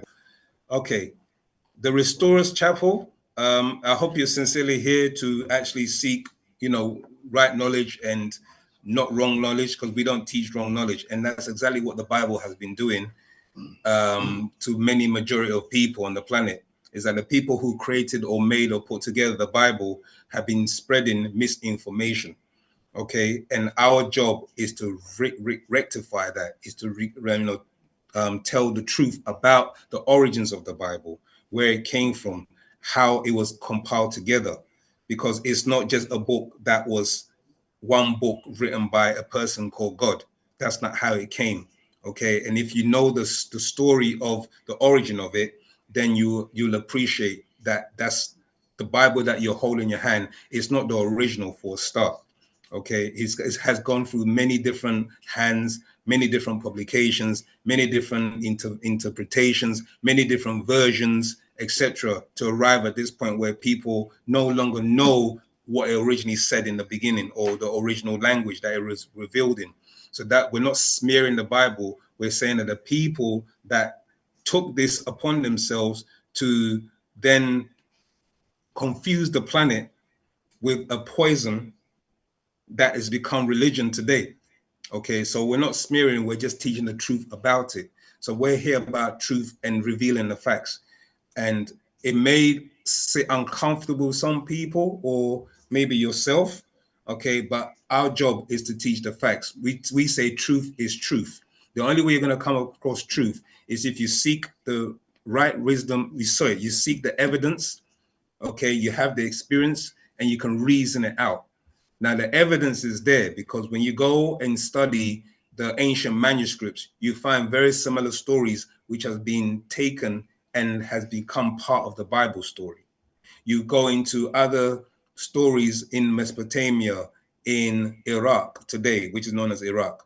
Okay, you can go to Sumeria, you can go to Babylon, you can go to all these different cultures that predate the Bible, and you find stories that talk about things that your Bible talks about. So it was actually a plagiarized book. So you have to be asking the question of who are the ones that put it together? What was their reason for putting it together? Why did they do it? You see what I'm saying? And then you start to open up your mind to the reality that it's actually a book that is designed to keep people under control. Okay. But if you're seeking that kind of information, we're here to give it. But we're not smearing the Bible saying that it's, if it works for you, it works for you. We're not going to try and convert you, force you to give it up. You eventually, if you're diligent studier and do your diligent research, you find out for yourself and you can make up your own decision. Okay.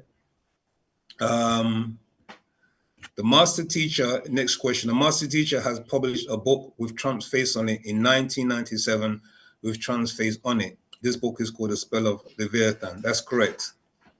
That's Selkit speaking. Tautat Selkit. So adding that. Question, what are the options of those that transition?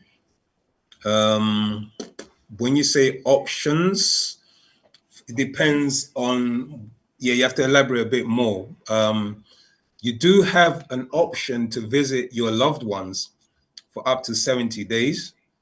And then what will happen is that your spirit and your soul will have to link up or meet up again so that you can transition to the higher realms or higher dimensions. But it's not just a thing of you're just going to transition. So many people have got this concept, but the master teacher is revealing to us it's not that straightforward. You with me? You have to go through certain tests, certain trials to be able to even be worthy of going to the next dimensions, because each dimension is controlled or governed by beings. And those beings, when you get there, they will question you. Did you do this? How did you do this? Why did you do this? Can you prove who you are? Do you know what your body is made up of? Do you know this? Can you speak your own language? That is what will be tested for us as Nagaru, okay? For Mukasu or the Adamites, they've already forfeited their right to even traverse into the higher realms because they gave up their soul. And because of the atrocities and the destruction that they've done on this planet, they actually don't have any right to actually leave this realm. They're actually trapped in this realm. This entrapment, they become disembodied spirits. They become orbs, specters, ghosts, ghouls, and they're the ones that will plague people or give you what they call a duppy. Duppy. Yeah, duppy in Jamaica. Yeah. Okay. And they'll haunt certain places because they're trapped here and they can't leave here. Okay. And if you watch the movie called Fallen, okay, it's a movie that shows you how certain spiritual entities can actually walk into you because your body is not a solid. Yeah, that's another thing that is not 100% accurate. You're not nothing is solid. Everything is vibrating. Everything has molecules, and it depends on the density, okay, or the condensed matter that it appears to look solid. But if you have a strong enough microscope, and you actually viewed it under a microscope, you see that nothing is actually solid. Everything has holes or particles. So your body is made up of matter, which is not a solid state. So you have beings who are disembodied that can actually walk into you. They're known as walk-ins, and they can actually go into your body, infect your mind, cause you to do a particular act. And from that act, you end up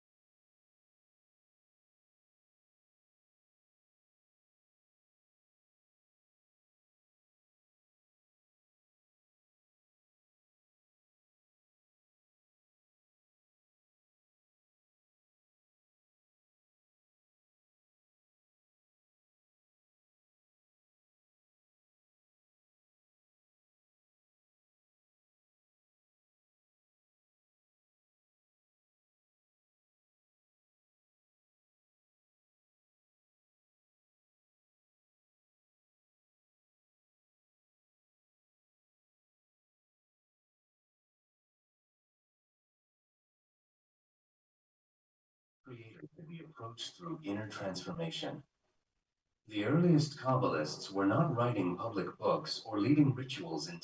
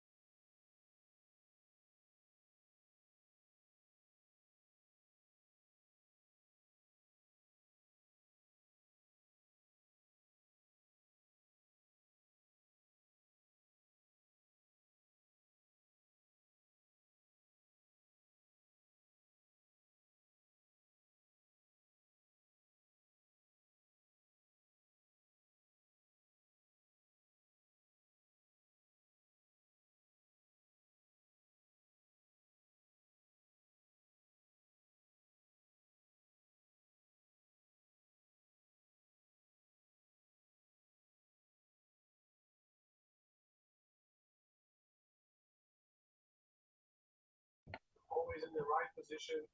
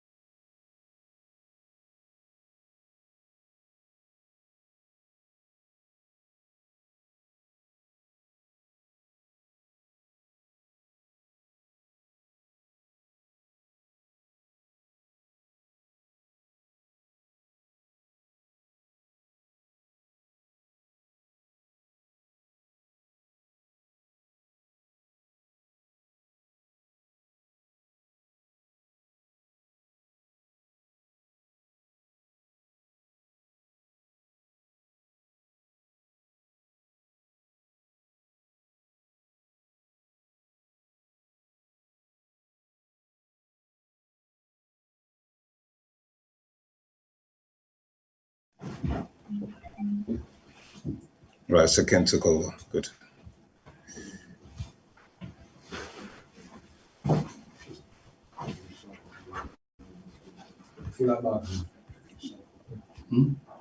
Right, about Moisa. Sorry, no, don't sorry about that. Yeah, just lost connection briefly. Don't know what happened. Yeah, I get gremlins when I teach sometimes. That's what I can say is they're called gremlins. Okay. So heating off. Yeah, you turn off. Yeah, tour. Is it on? This. Okay, sorry. Where was I? Right. Just to jump back into the regarding the hair tour. Zamal, opening the video. Yeah, total apologies for that. I have no idea what happened there. Okay. So the question was asked regarding the hair and the fur. So that's another, again, from my brother, the extraterrestrial. This is in particular what I wanted to read. So the question is on page 136. The question is for number 18. Question: we are all Kharadu, Shalil, children of the sun. Answer: yes, that is right. 9 ether, sun produced the black race, the Nubans. Our blackness that the Kakasu Caucasoid tried to get by basking in the sun is temporary. They now spray on color. They now spray our color on. Use all kinds of skin toning to look like us. Yet the sun will kill them and many of our people because of mixing with them. The number 19, question: so our blackness and woolly hair is a blessing? Answer: yes, that is the actual fact. We have wabar hair. All others have farah, fur, as other animals, beasts. Yet we'll call it hair, except on animals. Then it's fur. All you have to do is look and see they all have fur, not nappy, woolly, kinky hair as Nagaru Negroids, and many who mixed with Negroids. Yet note why and how. You notice that newborn babies of most all races are born with fur or no hair growth because their genes are at its weakest time. As they grow, they become stronger and their fur begins to curl from the digit 6 to the digit 9, from straight farah fur to nappy wabar hair. So the stronger the genes, the tighter the curl of the growth on the head because of mixing. Most people have thin growth on their bodies. Real strong gene people grow nappy hair on their bodies. Originally, Nagaru Negroes did not have any growths on their body. Just as you notice real strong gened Nubans of Africa don't grow facial hair or body hair. After mixing, there was the need for antenna to attract more electricity to the body. So that's the reason for growing the hair. Verse 20, question: so how is hair? So hair is a form of antenna? Sorry. Yes, that's an actual fact. Yet, because of our black skin, we did not originally need to attract the sun's rays. It grew out of us. Our central solar plexus, the blacks or negroids, being the sun's original offspring as Atunre, the birther of others, makes the sun feminine, feminine or feminine. The sun is a female, yes, a giver of life. She empowered Nagaru Negroids with the same powers that she has, the power to be black and produce black offspring. In other words, your skin is black because, like all existence before any form of light or fire, you have blackness, dark material, dark energy, then the black hole onto the Big Bang, one of many. Okay, so I'll close there. So I hope that answers your question, Drew, on that subject. Let's go to the chat. Unless you have any questions in the audience. No questions? Okay, yes, my brother.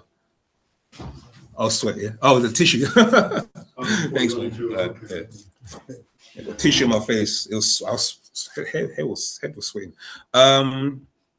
Right, I've lost the chats unfortunately because my screen went off. So if you could post your chat again, I apologize for that. Yeah, so you lose your chat when you lose connection, unfortunately.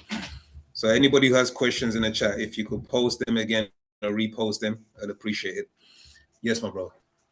My question is, for every developing man, woman, and child as well, what is it that we should be doing, or is there anything that the master teachers told us that we should be doing on a daily basis to help free Dr. Malaka York? What should we be doing daily? Daily? Okay. You should be chanting daily, and in the chants, visualize his freedom. The power of visualization and the power of unity is what will free him. He's been saying this from when he was incarcerated. Unity, love, visualizing his freedom will free him. It's really simple, basic instructions, but how many of us follow it? Yeah, we have difficulty because, you know, obviously there's time constraints, so you have to appreciate that. You with me?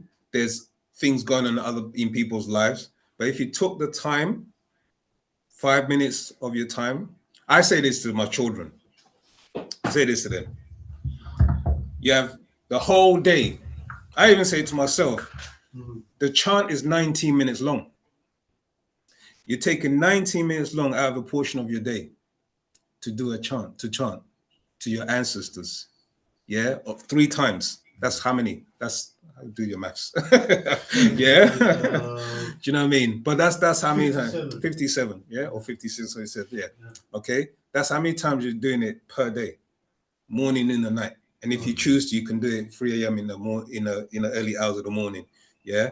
So when I factor in those kind of things in my mind, I know that it's very important. And why is it the chanting and the visualizing important? Because as we know, your mind is a very powerful tool. And that's what he's been trying to show us for a very long time. But once your mind is fixed on a thing and is focused, you make things manifest. You understand? So it's the manifestation of and visualization that will bring about results. Now, the physical aspect of that is that he said, gather together, you know, in love and unity. You know, learn to be your brother's keeper. Learn to be your sister's keeper. Learn to protect yourself. Learn to buy from each other. Learn to, you know, support your stores. All of these things he's been saying. He gave us a black print, what they call a blueprint of how to live and survive in this day and time. Get your own stores. Buy from each other. Create your own jobs. Do you know what I mean? Do all of these things. And as you know, without going into much detail, that's what we're working on. Do you know what I mean? Yeah. So we're working on these things, but it requires your input. Don't wait for the building to be built and come in and then sit down and say, ooh, you know what I'm saying? Yeah, because ultimately you're building a legacy for your children's children's children. Do you see what I'm saying? You're not just doing it for yourself.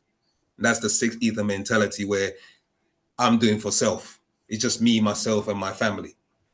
We didn't operate, and have never operated as African people like that.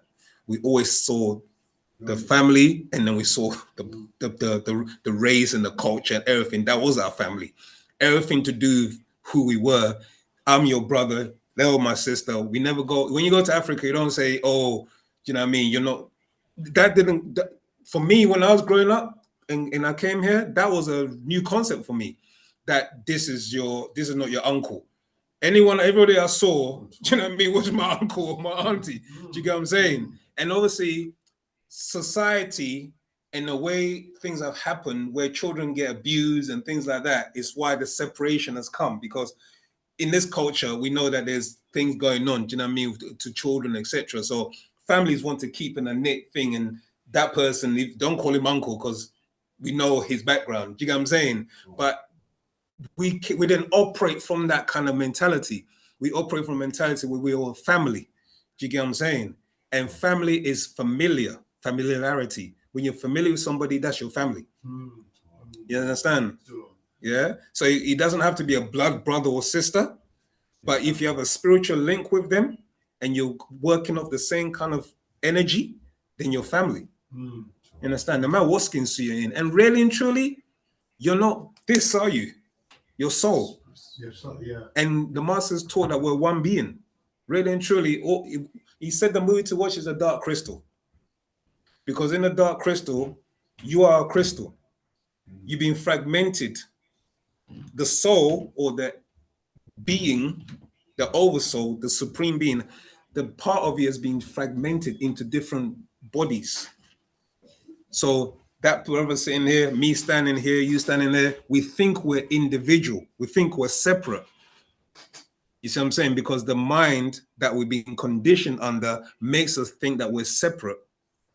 Master teachers teaching us, no, you're not separate. You're one being. You understand? And in the dark crystal, you see those two factions, agreeable or the dark, as they call it, and the light, two factions of beings.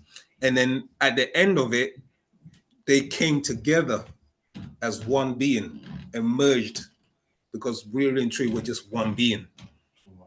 Do you understand? Wow. So when you start to see it like that, I don't see you as this person. I see the spirit, the energy, the what you project, what you embody. What do you embody? You embody Wu-Sabat. So you're my brother. You know what I'm saying? You're my sister. If you're embodying these principles, that's who you are. And we have to teach others to shed this skin suit ideology.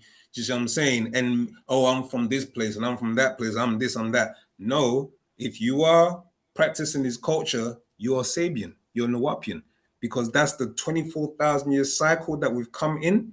That's what's going to permeate this planet. It's not going to be anything else. Eventually, all other races will merge back into us. All you're going to see is Nagara walking the planet one day. You know what I'm saying? Yeah, Dravidians, Caucasians, all of that, they're all going to merge back, because as it was in the beginning, so shall it be in the end. Yeah. You understand? Yeah. That's a question. I got Adeliz, and then go ahead, my brother. So essentially, yeah. Was I supposed to wait? Yeah, go on. Yeah, it's all right, Adeliz. Yeah, go on, my brother, and then So what you're essentially saying is that they're going to be bred out. We know already that they're dying out by genetics. Yeah, because if you go and do just any general research, you find that Mukasu are dying. I'm talking about the Dravidians. Yeah. The Dravidians, remember, they came from us. And if you read the last update, which I posted, the master said all races came from us. So you have eventually, over a period of time, they will be reverting back, because what other race are you going to mix with?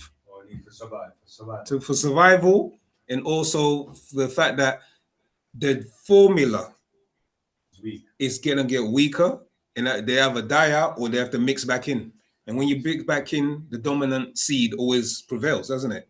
Just what I'm saying. And over thousands of years, I'm not talking like overnight, but you can see it, because the original Caucasian race, most of them don't exist anymore. The original, what I mean, I'm talking about, they had blonde hair, blue eyes. Not even blue eyes. It was clear. They were the children. They were the Nordics. That's the original Caucasian race. You don't hardly see that anymore. Every other race now has dark hair, dark eyes. Do you know what I mean? Or some kind of dark features. Seen one at work, and he's a lawyer, and he has that white eye with a black dot. Yeah, he's one of the old ones. Possibly, yeah. Because normally they have blue eyes. That's right. Yeah. So your Nordic race, who are the children of the Pleiadians, you know what I'm saying? They've literally been what's the word? Extincted. They're extinct, and it's coming close with the Adamite race and other races. They're either going to become extinct, or they will merge back in with other dark-skinned beings on the planet, to the point where the Nagaru seed will eventually prevail and be on the planet for the next 6,000 years cycle and beyond. You with me? So that's the process. It's natural nature's rule. It's not something we said, oh, we're black power, we're black militant, we're gonna kill every Caucasian or other races. No, nature would do that. So you say for the next 6,000 years and beyond. And beyond. But by then, the planet will be submerged underwater. Not necessarily. It depends on us. The Master Key was still saying this. It depends on us. Are we going to raise the next generation to a point where they are in tune with natural nature and their ancestors can help them? Or are we going to think just us? It's for the next. Remember, our children are our future. So we have to teach them, show them how to survive the next cycles. And if they survive the next cycles, if they're in tune, if we've raised them to know how to practice their spiritual practices, etc., and they're connected to Panatharu is not going to leave their children to die. Do you understand? So you're saying the planet will still flood, right? But parts of the planet will flood, not all the planet. Not all of it. Not the whole of the planet, no. Okay. Parts of the planet will flood, yeah. Yeah. If it comes to worst case scenario, they remove those who are worthy of the planet and wipe this planet again and start again. They've done that many times. It's not the first time it's been done. They've done it many times. When the dinosaurs were here, is what I'm saying. And now it's the Mukasu, because they've done so much devilishment and damage. What the Master explained is this. When a creature's time for it to go, it's time for it to go. But not just that. Each time they try to prolong their existence, the gases and the formula that's decaying is actually affecting the atmosphere. Just like the panda or any creature that they're trying to keep alive. Like the panda is supposed to be extinct a long time ago, but they keep trying to preserve its duration of length of surviving. The Master explained that the fecal matter from animals as a gas, and that evaporates into the atmosphere. That also adds to the ecology or the destruction of the ecology. So likewise, the gases that we emit off, 6 ether gases, etc., is also affecting the ecology of the planet. And if it becomes too dense, the entropy effect takes place. If there's too much energy in one thing, it starts to cause flooding. It starts to cause other things to happen on the planet. You know, because what nature tries to do, nature tries to always balance itself. You with me? So whatever takes place on one side will have to take place on the other side. This is what you're seeing with your floods and all of these taking place, because nature has to compensate. You understand? Okay, Adelise, you have a question? Yes, thank you. I heard you say a lot like frequency and energy. And I noticed a lot of people wearing copper, and some people wear like different crystals with the copper. Does that have to do with the energy and the frequency that you're talking about? Like copper and crystals? Yes, it does play a part, because copper is a conductor. You with me? Also, copper has been known to actually heal or destroy certain pathogens. Like when you have like a copper cup or copper bottle, yeah, and you put water, you can research this. You put water in copper, it actually kills the pathogens or any bacteria that's in the water and purifies it. So copper with wire creates a conductive field, electromagnetic field. So mix that with a crystal, what a crystal does, depending on the crystal. If it's a quartz crystal is not something known as piezoelectric. It has something called a piezoelectric properties. What that means is that it can, when you heat it up or you put enough pressure on it, it creates an electrical magnetic field. And that electromagnetic field, when you add the copper to it, it magnifies the crystal's abilities. Does that make sense? Yeah. Well, the reason why I asked you was because I did research it and I ended up getting like an amethyst. And I hope I'm saying that correctly. Okay. Yeah, with copper. Yeah. And Cool. I was starting to hear some Yeah. crackling in my body and I didn't like it. So I Okay. started to Yeah. use it. And Yeah. it actually I hear helped. you. I hear you. I mean, I can't tell you. Okay. Okay. Yes. Yeah, I won't be able to tell you exactly because your own body you got something called meridians in your body. Yeah. Yeah, these meridian pathways, the electromagnetic field pathways, just like the body and the earth has also a grid system. Your body also has a grid system. They're known as meridians. So these meridians, depending on what crystal or copper you're using, you have to be careful because if you're, for instance, if you're a healer or somebody who has a high energy field, you have to be wary of what you use on your body because you can actually magnify it to the point where you can't control it. Oh, okay. Oh, wow. That's interesting. Okay. And so you have to study. I'm sorry. Go ahead. Yeah, go on. No, sorry. I said you have to study different properties of crystals and find the one that, yeah, it's more conducive for you. Oh, that's so interesting. Okay. Thank you so much. You're most welcome, my sister. Okay. You have a question? Any more questions? Yeah, in here? Okay. Right, I'm going to jump to the question on Zoom and then you can fire with your one. So on Zoom, it says, I have a hole in my ear and out of my 10 children, 3 of them have the holes as well. Can you elaborate on the abducting of our ancestors and the children who would come into Wu-Sabat when the time comes that would lead the people to the safe places? What scrolls can I find this information in? Okay. It wasn't a scroll that the master explains about the guiding, not the guiding. What did you mention here? It was an update, but the master has mentioned about the scrolls. Sorry, not about the scroll, about the holes in the ears. That was in. There's an old publication. And I think Man from Planet Risk, I'm leading to Man from Planet Risk mentions that in there about the holes in the ears. And there's another old publication, which is he questions and answers with Dr. York. It's an old publication where he also touches on how extraterrestrials, they sometimes implant their children with certain markers. And the holes in the ears is what you're referring to as one of these markers.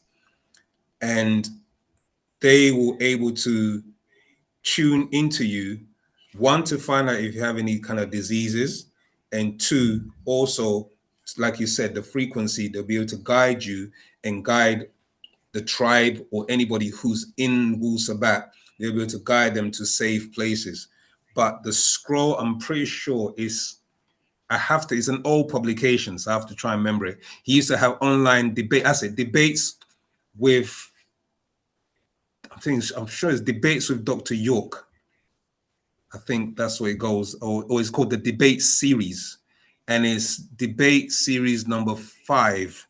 But if you're on next week, because I'm teaching next week as well, I'm going to try and get that and read it out, okay, and the update as well. So don't worry, I've got this one. I definitely have to, when I get in, I'll pack that straight away because I'm teaching next week as well. So I'll definitely have that answer for you. Okay. Go on, my bro. You have a question? No, not so much of a question. I know what kind of visualization is. Okay. But I was just wondering if you could add maybe, how would you visualize him out? How would you visualize him out? Sort of thing, yeah. Okay.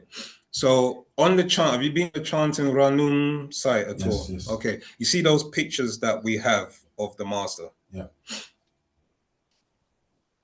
Visualize him walking out, being free. Just visualize him entering into a car with his family. Visualize him being around the family, the tribe. Visualize him speaking to us on Savior's Day. Do you see what I'm saying? Wow. These are the visions that you have, and you're not the only one that's having these, having these visions, or should, projecting these visions. There are many people who are on that kind of frequency. Do you see what I'm saying? My personal vision is I actually go and sit with him and I play chess with him. Wow. As I say, let's play chess, and I give him a hug. Wow. Yeah, so that's what I do as my personal thing. Do you see what I'm saying? You can do something as well. Just make, he's real. So you have to, people, because I've done know of him in the physical flesh, like I've had the opportunity, isn't it? And many other brothers and sisters have had the opportunity to sit with him. Do you know what I mean? He's dined with us. I've shaken his hand. I've seen him on Tamaray teaching class. I've seen him in the temple. I've seen him walk past me. All these kind of things. So I've had that opportunity and that privilege. You understand? So I see him as somebody who was welcome me in a serious way, and I know he's real. I know this being is real. It's no joke. This unknown being is real. So that's my personal way of seeing him and visualizing him walking out and smiling and being with his family, etc. So that's the same thing that you should do. So when you go on the Ranum Chan, you see different pictures of him, etc. Just visualize him being on there's a picture of him being on a beach in Africa. You get what I'm saying? See him on the beach with his arms raised to the sun. See, whatever you see him doing, because the mind, as he's always explained, is a very powerful thing. If you're able to visualize all the details, him picking up the sand, do you know what I'm saying? Him, him hugging you, all of these things is real. They're all real. You just hasn't happened. It hasn't happened yet. But it's there to happen. You understand? That's visualization. Okay. I'm so grateful I came here today, man. That's all right. Powerful.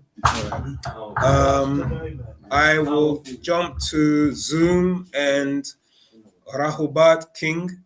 What are the ways of a weak, wicked man being from your understanding? So what are the ways of weak, wicked man being from your understanding? All I can say is just look around you and look at the last 400-500 years of what's happened on the planet, and that'll give you a kind of like answer of a weak and wicked being. Yeah, the atrocities, the destruction of the planet, the uprooting of forests, the harming of human beings, the enslavement of others, and that's a wicked being. You know what I mean? So if you can look on that, and even to the point, this is what I've deduced in my own mind, okay? It may sound petty or shallow, but why would a being create a stimulant that can cause cancer? Just think about it. Why would you create a cigarette, that can cause cancer? Or why would you create sweets that is so sugary that it can harm your DNA to the point where it can cause cancer? Because that's what sweets do. Yeah, sweets is not actually the eating of sweets, it's the sugar. If you know anything about refined sugar, or why would a being create a food that is refined? Do you see what I'm saying? And when it's refined, it can destroy you. It can kill your genes. So these are the things that you need to think about. It's not necessarily that he's going out there bombing Hiroshima and Nagasaki, or doing experiments on Black people to give them syphilis so that their generations of children are affected. That we know that's where it's not the atrocities of having people being gassed in gas chambers. That's not what it is.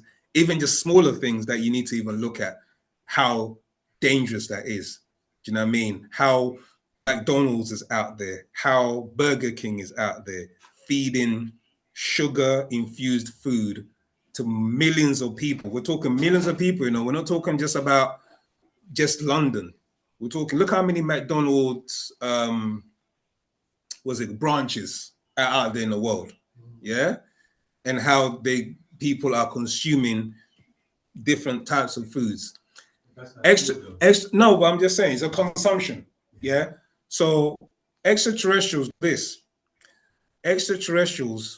they create and season food because they like the way certain types of bodies taste. So that's the reason for seasoning of your food. So some extraterrestrials like their meat a bit porky tasting. So you see all these advertisements where you got bacon laced with this and that. Do you see what I'm saying? Because what you eat is what you are, or you are what you eat, as they say.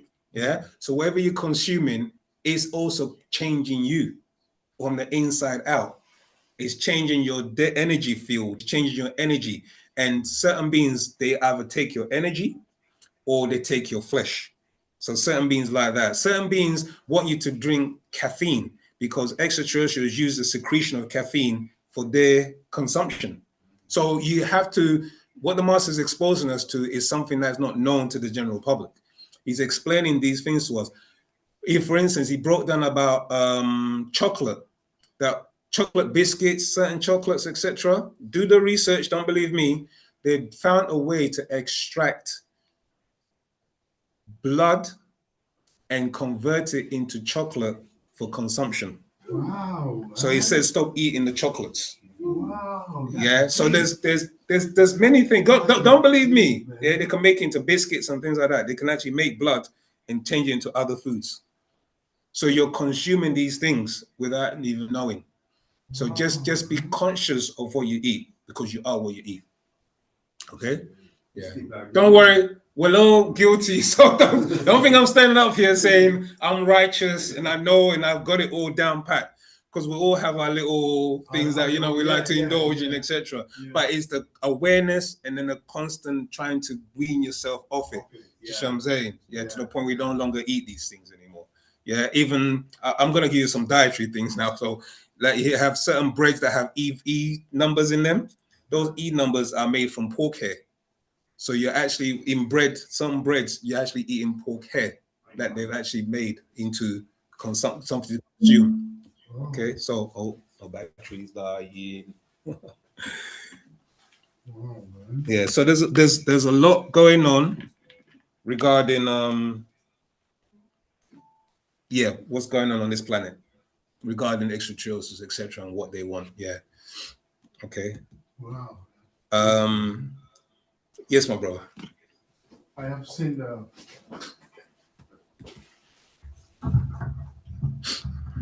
when you go to some shopping centers, like the supermarkets, what I've noticed is on the shelves, 99% of what's on shelves. Well, when you have like beef and pork, I've noticed that pork, let's say if you're looking for sausages, everything is more bacon. Yep.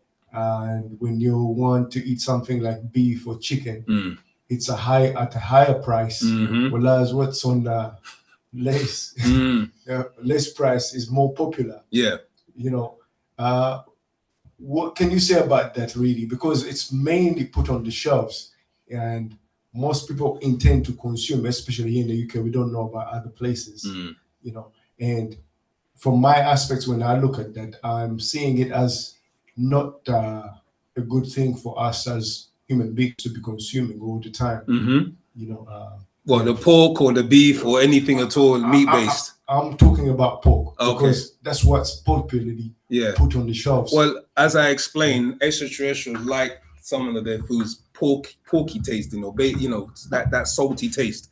So that's why they advocate and push. So extraterrestrials influence people in their minds. You with me? So that's how they influence. There's a whole technology behind how they can influence the way we think and behave. Okay, so these technologies have been embedded into society. All right, either through advertisements, through radio waves, through sound, all different music, etc. And what we have to realize is that our brain takes in this information, okay, and it develops it in your mind's eye. So the promotion of these kind of foods is to entice you, and you do it unconsciously. Not you per se, but human beings do it unconsciously where they go and buy these foods. The other aspect is that whatever you're grown up to eat, is what you necessarily gravitate towards. And with the Europeans, that was in their environment, that was in their society, the pig, the boar, etc., the pig. And they were also made from that. Yeah, that's another thing that we teach within Wu-Sabat, is that the gravitation process that took place with the Adamite race is that they were made from the pork, sorry, the pig or the boar, the baboon, okay, and the canine. There were 3 animals that they were made from. So this particular swine was also within their dietary consumption. Yeah, and we've now become like them. So we are now buying and eating things that pertains to who they are and what they eat and how they think, etc. This is all doing with them. And so the promotion of this, I don't know how that's, oh, this is what, the promotion of this is geared towards changing your DNA, changing your vibration, changing your, making you more of a highly conscious being to a being that can be consumed for food. Because as I said, human beings are on the menu for extraterrestrials. Yeah, it sounds like it's some kind of great mad, do you know what I mean, ploy, but as I said this to my son, again, I always use my children because I explain certain things to them. But when you look at a chicken and you're consuming a chicken, yeah, have you ever considered that somebody else may be looking at you as chicken? Do you know what I mean? Yeah? Or pork or whatever. So we are in a food chain as well for some extraterrestrials. You understand? So when you look at it like that, the gravity of it sounds like, oh gosh, yeah, I never looked at it that way. And that's what the master teacher does. He gets you to look at things that you'd never looked at that way. You understand? Because it's a greater thing than just this planet Earth. Earth is a farm.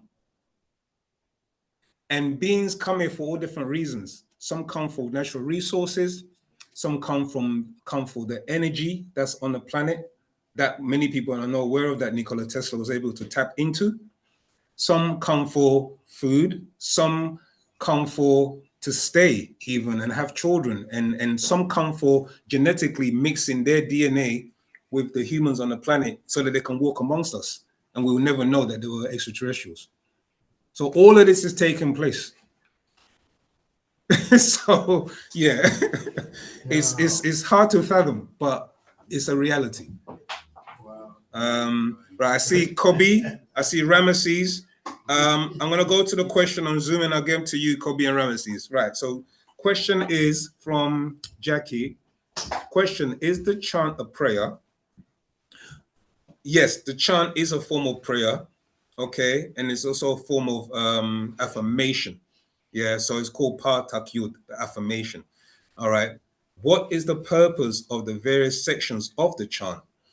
It's to acknowledge those different portions and aspects of our being, and also the principles that we have. So for instance, the 99 attributes or the 99 principles, these are also principles that relate to some of these elemental forces who were originally our ancestors in the flesh.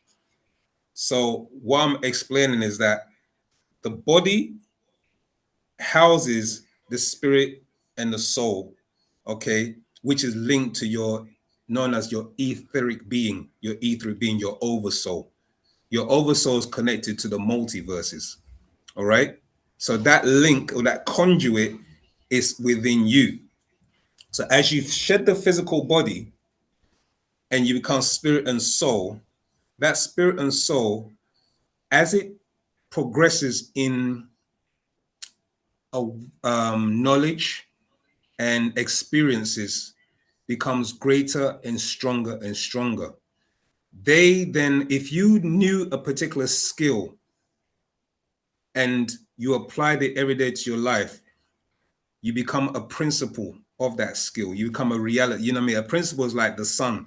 So when we say yeah, reye, okay, we're saying that reye, that principle of the sun, is a life-giving principle, because that's what the sun does. The sun gives us energy, it gives us life, it gives us warmth, etc. So that's the principle of the sun. That's a reality. So the same thing applies to all the other attributes or principles of our relatives or ancestors who have transitioned from this realm and have, let's say, they've graduated to the higher realms of existence, where they're no longer in a body, but they can still influence our activities on this realm. And the principles of them is what we call on, because those principles are being activated in you. Each time you call on those principles, yeye atum, yeye nataru, yeye this, yeye nataru, you're saying those ancestors who are in me, I'm activating them. And the more you continue activating them, the more they play a part in your life. You see? So when you talk about a being that heals you, that deity, okay, is in those principles. So if you are saying those principles, that healing takes place in your being. If you're talking about a being that nurtures, that principle, as you're saying it, becomes a part of you. So these are principles and affirmations of who they are. These are our supreme beings in the physical, within us, and also in the elemental, within the omniverses. And it's not just the universe we're tapped into the omniverse. That's Papa Ut. So we can draw from all different parts of the multiverses into our being once we unlock those keys that's confined in our minds. Because our minds are confined to this realm where we think that, you know, we can't go anywhere beyond. That's what religion teaches you. Only, you know, once, don't question God. God is the only absolute. He's the only one that's in heaven. He's the only one that this. So you got, you know, our minds are being programmed to think that we're not as powerful as we think or know we are. You see, so this is what the master teacher is come to remove those veils, remove those misconceptions and those ideologies out of our minds, to realize that, hold on, the God that we're looking for is us. Yeah, we are those gods. So that's what that is about. And the brother asked a question about visualizing. The next question you put here, oh Supreme One, prayer to release him, free him. Yeah, because we know that physically, he been imprisoned, his body is imprisoned, but the being Yanun and the ether portion of him isn't. So we need to release our master teacher. Okay, our master teacher is in there. He has always said he can come at any time. Okay, it's our test. It's our test to show and prove that, can we come together? Can we work together? Yeah, I mentioned earlier before that Earth is quarantined. And the quarantine, if there's enough entities, that means if there's enough bodies and enough people on the planet to say, we want these extraterrestrials who are causing all this havoc to be removed off the planet, then they will intervene. But as we stand here in 2026, we're still arguing amongst ourselves. Yeah, we're still saying who's better. We're still saying, why should I fall in line, or why should I listen to Dr. Malachi because I think I know better? And we're going to form groups, other groups, and we're going to form other cliques, and we're going to form all of these other things. I can tell you now, as I said to you, I bear witness. I know brothers in here, I'm not even going to say names, etc., who bear witness, do you know what I mean, of who this being is to us. You know, and I hope you can get on that journey too and see what this being means to you, you know, and work together in love and unity. Okay. Yeah, Kobe, you can fire with your question. We have 5 minutes. Rahubat, Kobe.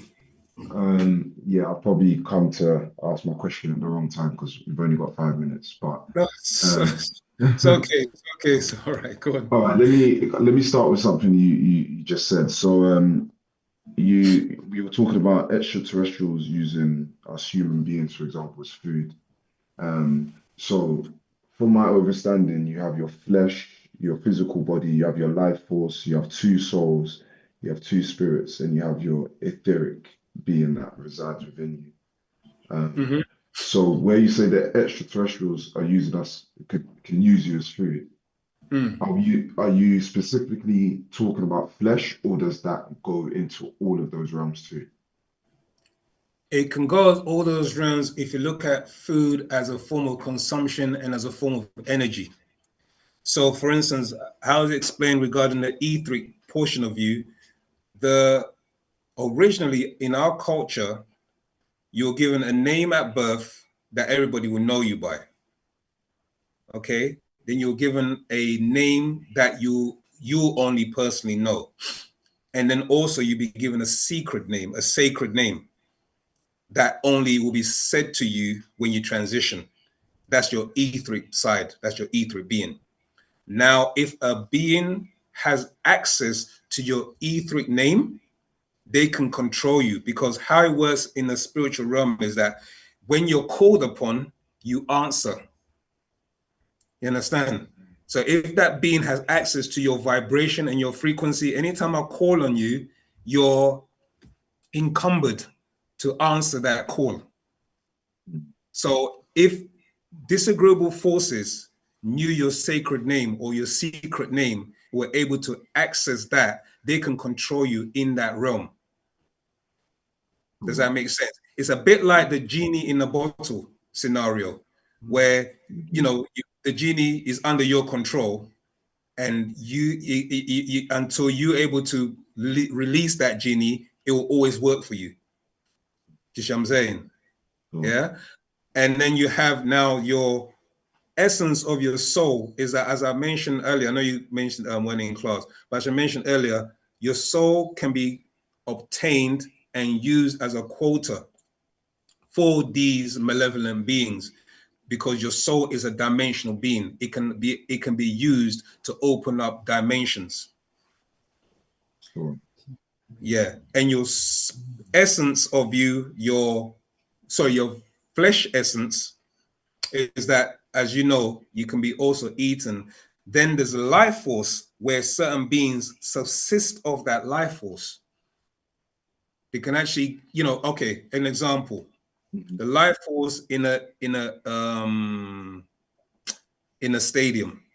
When you go to a stadium and you're watching football, not you per se, but anyone watching football, and someone scores, yay! Big, massive, everyone's screaming and clapping, etc. That's energy being released. How's this football stadium made? It's made like a massive stereo, like a diaphragm. Yeah, so it projects that energy. So the same negative energy or positive energy, extraterrestrials, they've been spotted in stadiums. If you do your research, you see that people have spotted extraterrestrial crafts in stadiums, because they're absorbing this energy that's coming from stadiums and other places where there's a mass gathering. You understand? So they feed off the life force of your energy, whether it's low energy or negative, or whether it's positive, they consume it. Now, they actually showed this in a movie called, what's it called? There's a children in it. It's a children's movie. Yeah, there you go. Monsters Inc. Yeah, exactly. Fear. Yeah, they fear and they drain it and they use it as a battery. So some extraterrestrials use that as well. Yeah. Okay. So yeah, there's different ways how extraterrestrials utilize the human being, and it shows you in the Matrix as a battery. Yeah. Does that answer your question? It does for now. I did have one more question, if that's okay. Sure, go ahead. So I'm still trying to get my head around the concept of Atun, Amun, and Anun. Is it only pertaining to our sun? Because, for example, there were 3 suns in the Sirius star system. So is there a relation between the suns on different star systems And does that come, how does like, is there a science behind Amun, Anun, Atum, and Atum? Sorry, I know that's the big question I'm talking about. That. Yeah, that's that. Okay, I'm definitely gonna be. I'll touch on that and we'll explore it in the next class. But know that they're principles, and as I said earlier, they're also relatives who have made it to a higher grade or degree of existence. So they operate from the etheric realm. Do you understand? Yeah. So these particular principles have also become deities or sons. So that's why they're referred to as Atunre, Atumre, and Amunre. These are principles depending on the different cycles that we've gone into. Yeah. So at the highest point, you have Atunre. At the what is known as is it the west or the east? It's the west, isn't it? Which one are you referring to? Atum is the east, isn't it? Yeah, the east. Yeah. So Atumre, is known as the begotten, yeah, the first principle, because he raises people. You see what I'm saying? That principle raises people from their mental sleep and from their death state to a state of standing, of consciousness and uprightness. Does that make sense? So that's Atumre, yeah? Atumre, yeah? Then you have, that's why he's known as Atumre, because he's the first begotten of the dead, meaning that he raised first and he will raise others. Okay. Now, when we move into the next cycle, you get to Atunre, that's when we're at our highest point of being in control of our lives and our fate. That's Atunre, that principle. You with me? And when we start to lose our power and our divinity, that's when we started to wane into Amunre, the descending sun. So that was looking at where we started to get weaker and weaker.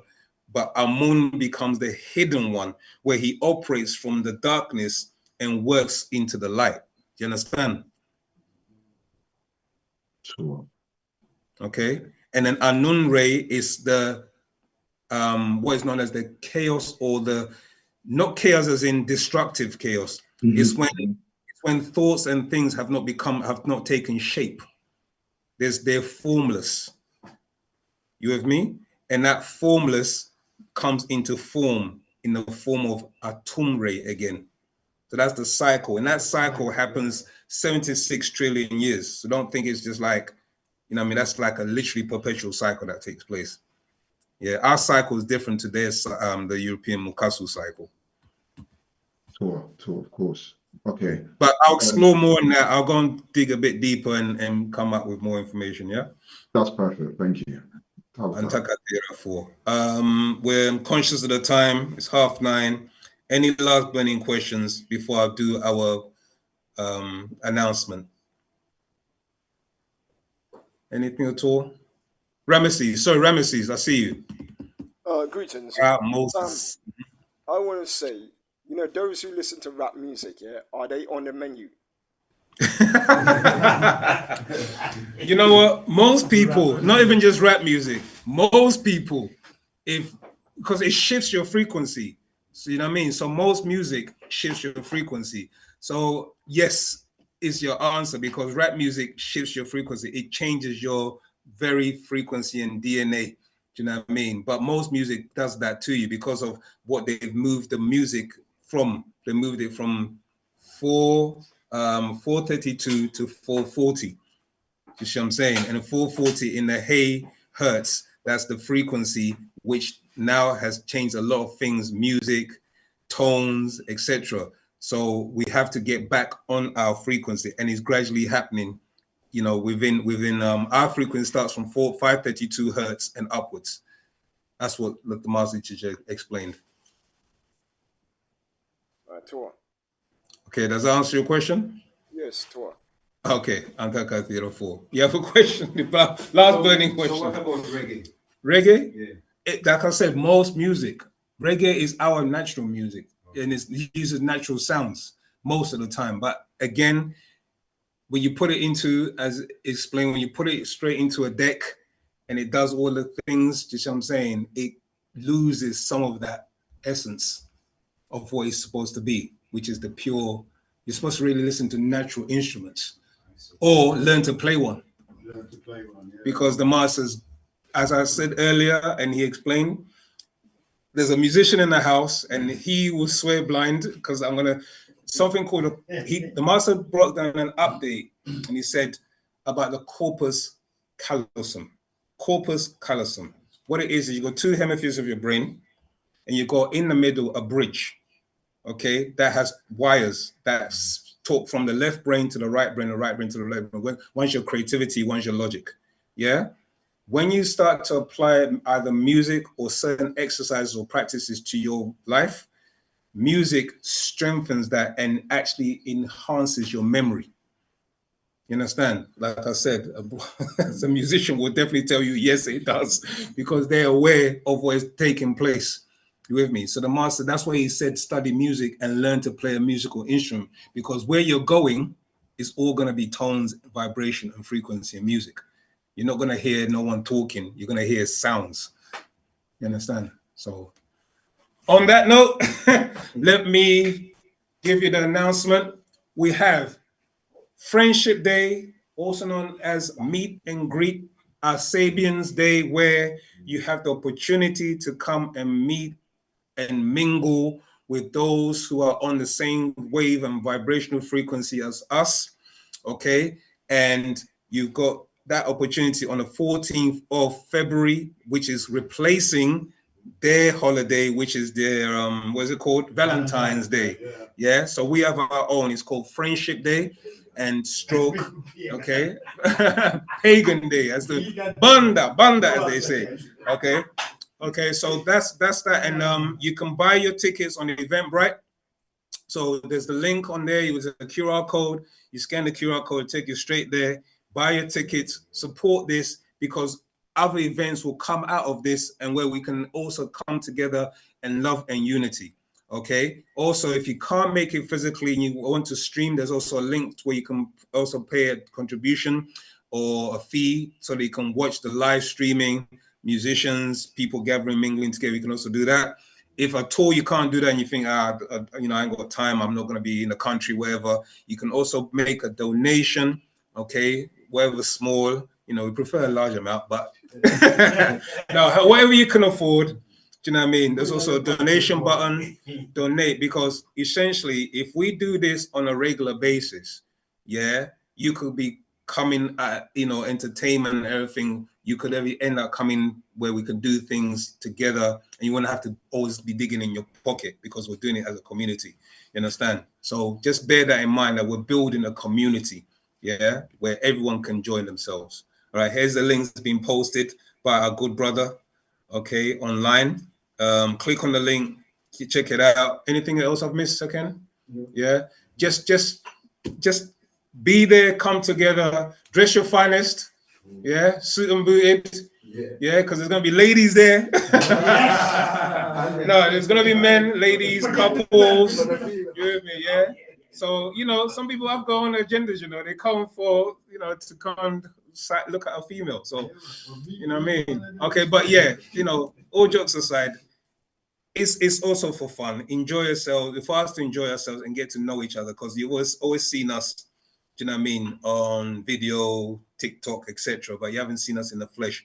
And it's good to meet in the flesh because, one, again, going back to Wu-Sabat and our doctrine, you create something called neurogenesis. It's called neurogenesis. When people come together and interchange and get to know each other, you're growing new neurons. Okay, the BDNF. Okay, I can't remember what it stands for, but that protein is actually grown, and you grow more dendrites and more synapses to the brain as well when you actually mingle and socialize. Okay, so it's very important. All right. With that, Shook. All right, put Kawun, and we'll see you next week. Okay, where I'll be teaching again. Tuesday. Oh yeah, Wawe. Tuesday. Don't forget, brother Saken, banging on Tuesday. Banging Tuesday with our brother Saken and Miss Marvel and Miss what's it called? No. What's that? No, the marvelous drink. What's it called? Miss Iris Moss. Miss Iris Moss. Him brandishing our own product. That's a Sabian product. Support it. Come to the store and buy it. Anything else? Tuesdays. Thursdays, we do have a reading on Thursdays for those who wants to study as well. And then again, we cycle back to Saturday. Do you know what I mean? And you can check out all other brothers and sisters who are teaching worldwide as well. Okay, Paul Kawun, and may the master teacher be free soon amongst us. Yes, Wadu. Definitely. There's a concentrated effort to stop it. They'll do anything to stop us, especially now. Because where is our opposition? He's been fighting for us for so long. So many schools of thoughts we've been through, yeah, to keep us strong. So tell me, what is it that you're willing to do to make our dreams come true? Yeah, make our dreams come true. Been a long time coming, but now we're here. So won't you stand up and show no fear? For the master teacher, freedom for the master teacher, freedom for the master teacher, freedom for the master teacher. 'Cause he's a man of the hour. They kidnapped him for building Tamare. He put his life on the line for us all. And for the truth, the lies must fade away. It's been a long time coming. Yes, let's be strong. For the 7 seals are breaking. It won't be long to make our dreams come true. For a life that's new. Some are called and few are chosen. And how about you? For the master teacher, freedom for the master teacher, freedom for the master teacher, freedom for the master teacher, freedom for the master teacher, freedom for the master teacher, freedom for the master teacher, freedom for the master teacher. Think not that we are earthborn, we come from earth, we may be, but we are life-born spirit, and without knowing we can never be free. Knowledge of this was lost,